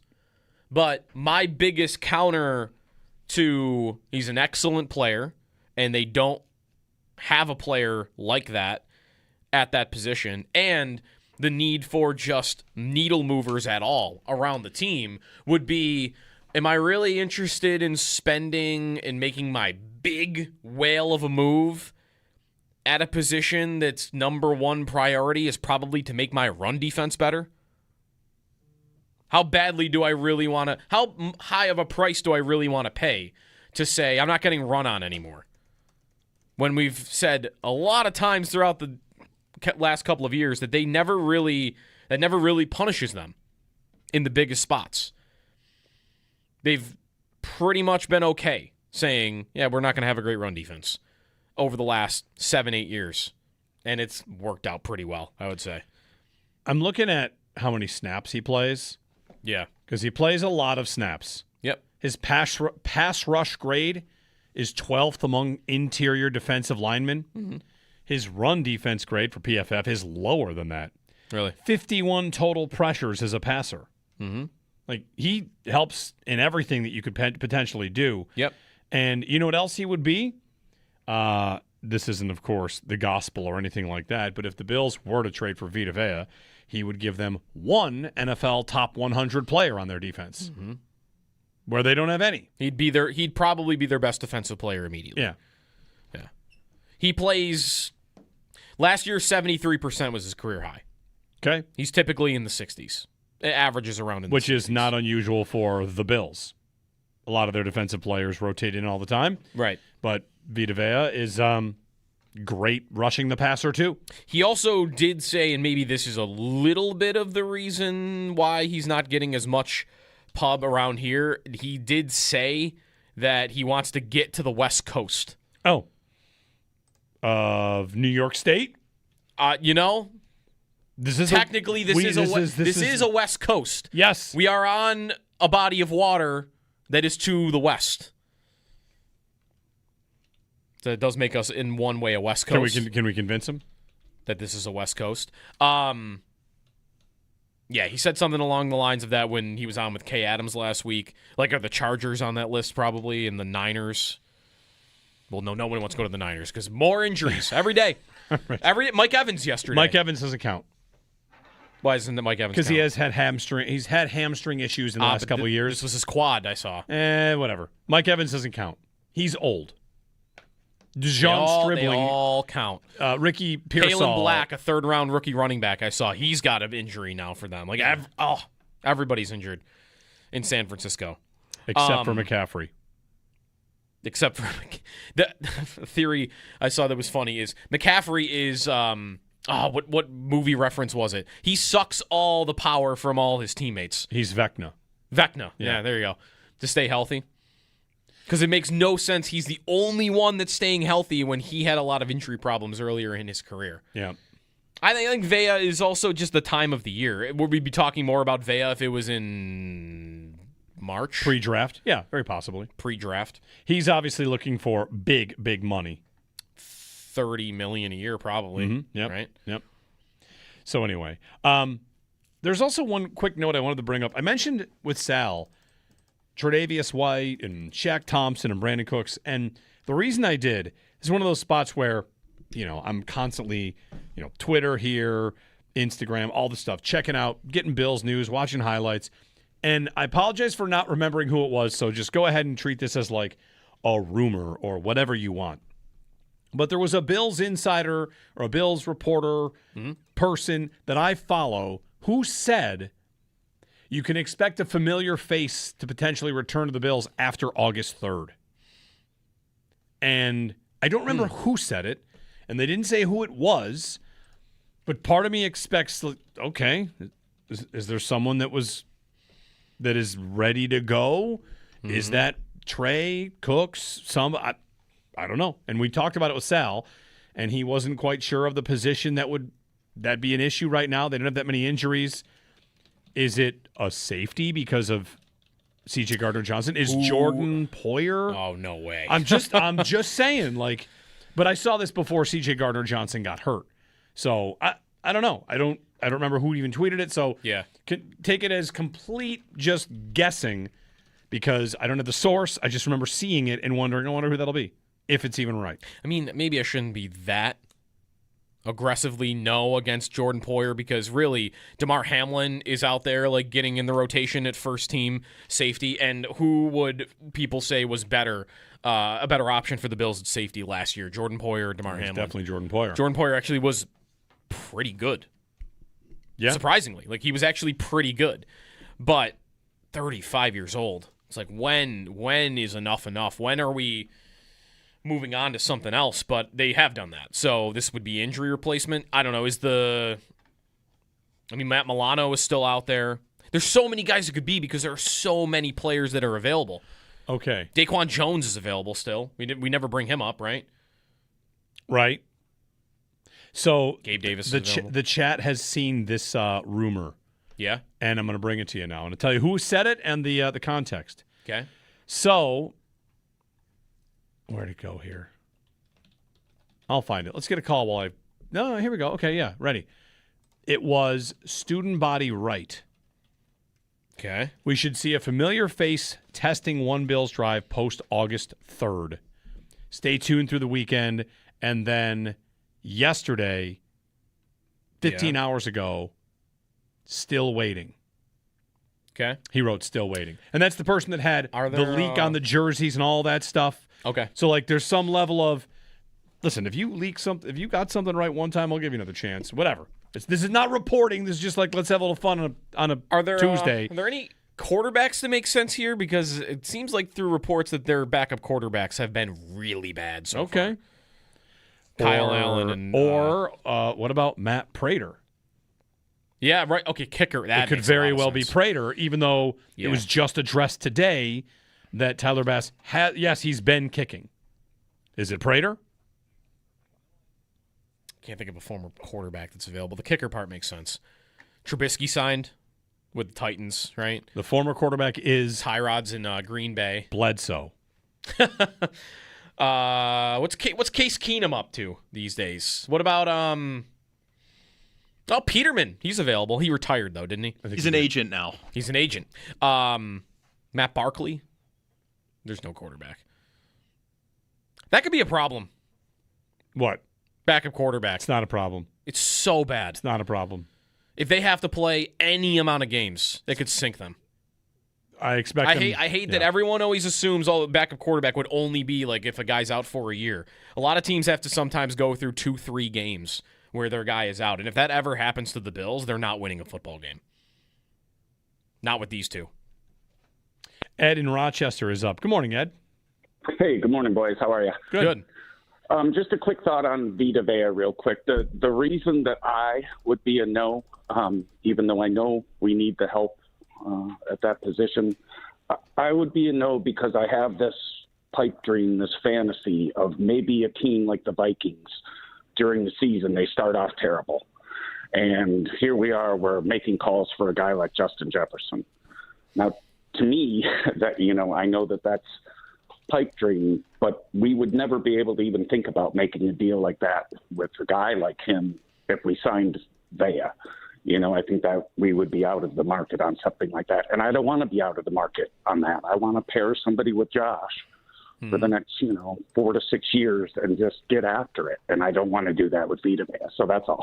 All right. Thanks, Ed. I don't think it would be Jefferson. We did talk a little bit about this last week, though, with Sal, that the Bills currently have $10 million in cap space, according to Spotrac, going into the year. And that does feel like it's more than what they normally go into a year with. So they might have a little bit more flexibility. They also have that lever with Deion Dawkins' contract they have not pulled, so they could create more. But that's some flexibility going into a season. No, I do not think Justin Jefferson is what you would use that on. But, yeah, do they want to save that? Vea is such a good player, though. Like, what are you saving for that's better than Vita Vea in the middle of a year? There's not many ideas. But it could be at a different position. If you want a guy to pair with Josh for the next 4 to 6 years, just draft one in the first round. And the other thing about, your pipe dream there, if the Vikings got off to a bad start and Jefferson demanded a trade, there'd be a line around the block. And are the Bills going to win that and have then the highest paid receiver room in the entire NFL? They would definitely go to number one. I mean, they're already pretty high. But right? what are the Vikings going to ask for? I'm the Vikings. This happens. Doesn't matter. I feel like, I fired the coach even. The owner's mad. Jefferson wants out. If I even got to trading him, which I would not, right? What would I ask for? I want the receiver version of the Myles Garrett trade. I want the receiver version of Jared Verse, and I want first-round picks. And guess what the Bills don't have? You might want that, but are you going to get that? If you're another NFL team, great. I'm glad you want a young receiver, but here are your offers. Like, who's the young receiver you would even offer up? In the case of the Jefferson trade, when it happened the first time with Diggs, that was a draft pick. That wasn't like, here's a good young receiver who's shown to be amazing. That's right. Like, you get a receiver that Jefferson's better than Diggs was when he was traded, though. Sure. Like, let's just do it right here. If you could, this is kind of blasphemous, but whatever. If you could trade straight up Jefferson for Tet McMillan, is that necessarily a great trade? Tet McMillan is on a rookie contract 1 year in. Would you trade Jefferson straight up for, who was the first receiver taken in this year's draft? Carnell Tate. Would you trade him straight up for Carnell Tate? Are you sure you should? Right? The Vikings say, we want to trade him. Yeah. Tennessee will take Tate. You'd say, no. Sorry. No thanks. I know the move there. The move there is Jacksonville with Brian Thomas Jr. And then like two firsts. And then first-round picks. Yeah. That's the move. Appreciate the call. Yeah, there's get a guy, and then can I win the sweepstakes for that guy? And that's one spot, right, Joe, whereas you mentioned about Vita Vea, like not a premium position. It is a premium position, but not for every team. Like how many teams need a guy like that? I don't know the exact number. Let's call it 14 actually need a guy like that, even have a position. The Bills haven't had that guy as like a nose tackle position for a decade. Granted, if they had him, he'd play a different position. He fits in every scheme kind of idea. But a true nose, how many teams need one? Let's call it half the league. How many teams have one? Most of those teams. Mm-hmm. So that might be where a market for Avea could be softer than expected, whereas every single team in the league, if it's the Vikings offering Jefferson, every team needs a receiver one. Okay, now how many would say we have a guy worthy enough of not taking him? Maybe I'm at 10. Mm-hmm. So, whereas there might be 10 total teams that want Vita Vea. Yeah. But I like we're having this conversation. Yeah. And that's why I brought it up. Like, hey, how come people aren't talking about this a little more deeply? In concept, also, I don't mind the idea of let me just save my cap flexibility for in the middle of the season. Let me see what I need. Let me take a look at everything. Maybe I don't need Vita Vea as much because Deion Walker is going to become some Pro Bowl level player at that position. I mean, that's asking a lot. And him becoming as good as Vita Vea seems very unlikely because there are like two guys in the league that are that good. But I would understand on some level. I've got $10 million in space. I've got some assets that I could trade with down the road. I don't know what I'm going to need right now. Maybe I want to spend that on a linebacker come trade deadline time. Maybe I want to spend it on, some injury around the roster that I feel like, okay, I've got to replace that on the line or at corner or whatever it is. I don't mind that theory at all. I've got an idea that's bordering on let's get stupid about training camp coverage around the entire NFL. Training camp coverage? Yeah, a little bit. Yeah. What if there were a Twitter account that took every single comment about training camp and flipped it the other way? And what I mean is, for instance, I saw Keon Coleman with a great one-handed catch over Maxwell Hairston. Great play by Coleman. What if every tweet was flipped from good to bad? Hairston smoked on that play by Coleman. He's got to be better, right? Caleb, Sal just tweeted, Caleb Elarm-Zor, great coverage down the field against James Cook. Switch that around. James Cook, unable to shake loose in coverage. Granted, on the next rep, he said Cook beat him to the spot. I just saw a video of DJ Moore toasting Christian Benford at the line of scrimmage. Okay, is that good or bad? It's right. It's you always kind of have to do that at camp. When you go into it, at the end of the day, it's like, oh, I'll tell you, the defensive backs were great today. They were so sticky. Alt headline, no one could get open. Brutal day for the Bills receivers. Well, that was kind of last camp, wasn't it? That was last camp. That was last camp. Nobody could get open. No one could get open. Yeah. That's what I remember from last year. Yeah. So anyway. Rather than, the corners are going to be incredible. Which they ended up being pretty good. But it's the obvious nature of camp. Like, you want to feel good. You're competing with your own guys, and right. It's a good thing. Like, if rep 1, Caleb Elarm-Zor is great in coverage, in rep 2, Cook beat him, that's 2 positives. Yeah. Also 2 bad plays. It's just camp. Yeah, like Dan Fates just tweeted out like some notes from the one-on-one session that just wrapped up, and the first one is Keon Coleman went 4 for 4 against Max Hairston. Okay, that seems like matchup nightmare. Tall guy, small guy. Did he go up above him on every play? Maybe. The next one, we could flip all these around. Caleb Elamzor ran step for step with both James Cook and Ty Johnson. Wow, Bills running backs can't shake loose a rookie linebacker. IGB, a very good rep against Josh Palmer. Palmer looking like he can't get loose. Yeah. Where's the separation? McCole Hardman, impressive catch over D. Elford. Bill's new shiny nickel corner, not up to the task. All right. Mossed by Bill's returner. It's just funny. We're not hating.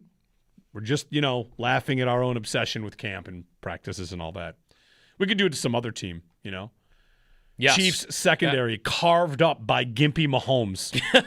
Let's do that, right? Right. Mike in Toronto before the break. Hey, Mike. Hey, guys. How you doing today? Good. Good. You know what? There's a few trades that the Bills can make that not only anchor down the position of need, which is them going to a new concept 3-4, but he's actually going to make other players – Vita Vea makes other players better. And now you can – there was talk about hiding Ed Oliver and Deion Walker and keeping our linebackers clean. So it's almost like if we traded for Connor Hellebuck, not only does it fill a position of need, but it actually makes other guys better. And that to me is a no-brainer. Thanks, guys. Thanks, Mike. Makes sense to me. Yeah, I don't know. I guess we really would see any sort of Vita Vea talk pick up as soon as we saw the Bucs are not shopping Vea, but sources tell me a day 2 pick could get it done. Granted, it might be a first-round pick. They're looking for a first-round pick. Then all of a sudden it's like, oh, all right. Now they're testing the waters. Schefter has something out there. That's the next step in a guy does get traded, and we haven't seen that step. Jeremy Fowler, he had some notes on different camps from around the NFL that he has visited. He did that with the Bucs, I believe, this week. And his notes this morning on this.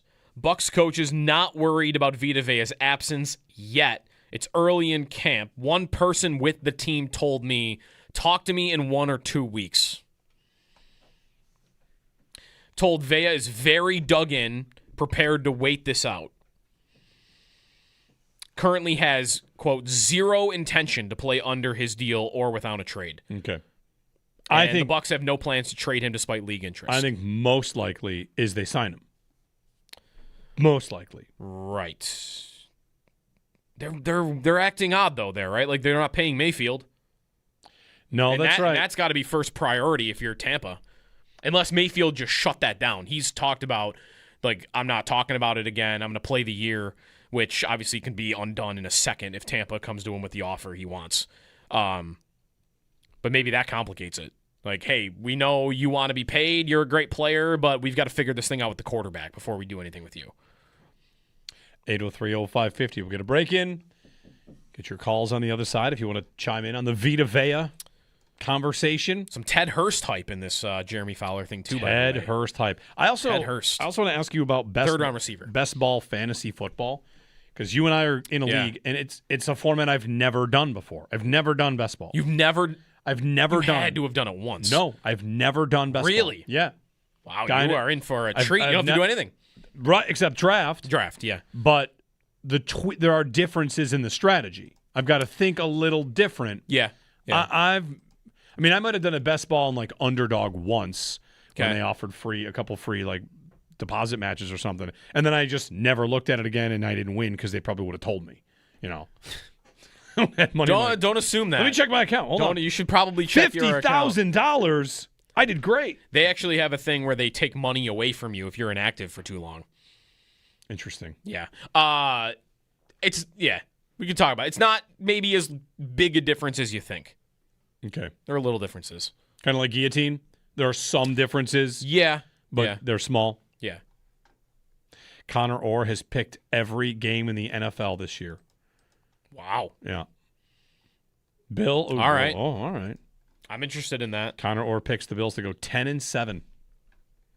Don't like that? No. No, I don't like that. It's not great. Patriots, though, 9-8. Would you take it? No.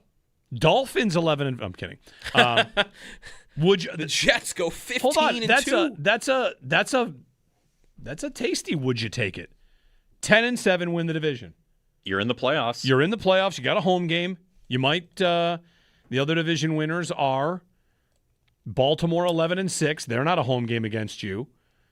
All right. I go to the AFC. Houston's the 1 seed, 13-4. I'm not going to Houston. And the Chargers are 11-6. You're the 2 seed. Yeah. At 10-7. No, sorry, 3 seed because the Chargers are the 2. You're top 3 again. I would take that. Make the playoffs. Sure. Yeah. Yeah, I'm in on that. Then potentially going to run. Perfectly reasonable. It's a very muddied yeses. AFC where the best team is Houston. By the way, people are buying. People are all over buying Houston right now. Are they not? I saw Nate Tice pick them to go to the Super Bowl. I see tons of Houston hype. Like they think they're going to fix their offense because they don't have to fix much because the defense will be, again, perfect. Might have to fix the quarterback. Yeah, right. I think there's more to fix there than they're giving it credit for. But there are some staunch Stroud's not as bad as you think. People. I think that's probably right, but their line was horrible, I know. And the run game was horrible, and they have one great receiver, and maybe they have another. Jaden Higgins is pretty good. Yeah. I think he's good. I think it's perfectly reasonable to say yes to that. I would say no. Muddied AFC. I need to win the one. I don't need to. I'd like to win the 1 seed at some point here. Is this the year to do it? Like, come on. The Chiefs are down. The Ravens are not as up as they've been. I've made my additions. DJ Moore is here. I made my coach acquisition. New England has been the 1 seed. Now Tennessee's been the 1 seed. Houston's now going to be the 1 seed. New England was the 1 seed. Who was the 1 seed last year? Denver. Denver. Sorry, Denver's been the 1 seed. I got to the 1 seed here. Let me get the free playoff win where guys are not getting hurt. I don't have to go on the road. And then I only have to play 2 games to get to the Super Bowl. Mm-hmm. Yeah, I feel like year 1 under Brady with Leonard and the defense would take. If I can get in the playoffs and win the division, would it matter to you who they lose to? By that I just mean like they're 10-7. Like tell their losses. 7 losses. They lose to Houston. Okay. New England. New England once. The Rams. Okay. Baltimore. He has them losing to Minnesota. That's a tough one. Interesting. Green Bay and Denver. That's it. Like those are believable losses. Yeah. The only There's thing one at home, and the Minnesota one is kind of a tough one to buy. But that happens. You lose to a team. Sure. That happens it's a Bills every year. loss. Yeah. There's always one. That's Connor Orr 10-7. It's like losing to Atlanta last year. Right. The only thing that would make me remotely worried about that is those are a lot of the teams you would see probably on your playoff run, would you not? Patriots, Broncos, Sure. Chargers, like that. Sure, but does that even matter? I guess not. I guess you're right. I don't really. Are we in? We don't care what happens. Yeah, mode? every single year we get to beating the Chiefs in the regular season is actually bad. Right. Right. That's why I'm like, am I in? And I won the division. I'm good. Yeah. That one. Did the Chiefs make the playoffs? Ooh, all right. Let me find out. Well, that's a good question. I want to know that also. In Connor Orr's picks, they go 9-8. They do not miss. Whoa, they miss again. They must miss. I've got. Hold on, Denver. Let me do all the teams that make it for him here because Denver and the Chargers make it. If he had the Chargers at 2, he had them winning the division. Yeah, Denver, Chargers, Jacksonville's 9-8. Houston's in. Okay. The Bills, of course. The Ravens, the Patriots. That's 6, and there's like a 9-way tie. I don't know. I would have to do the 9-8. Hold on. At 9-8, he has New England, Cincinnati, Kansas City, Jacksonville. Listen, I can't wait for the conversation. Who of those teams don't you want to play? Yeah. Oh, yeah. Week 18 would be madness, by the way, if that set up that way. I wouldn't hate that at all. I'd be really invested in that, I feel like. I mean, the Bills at 10-7 going into the final game of the season, they probably wouldn't be in.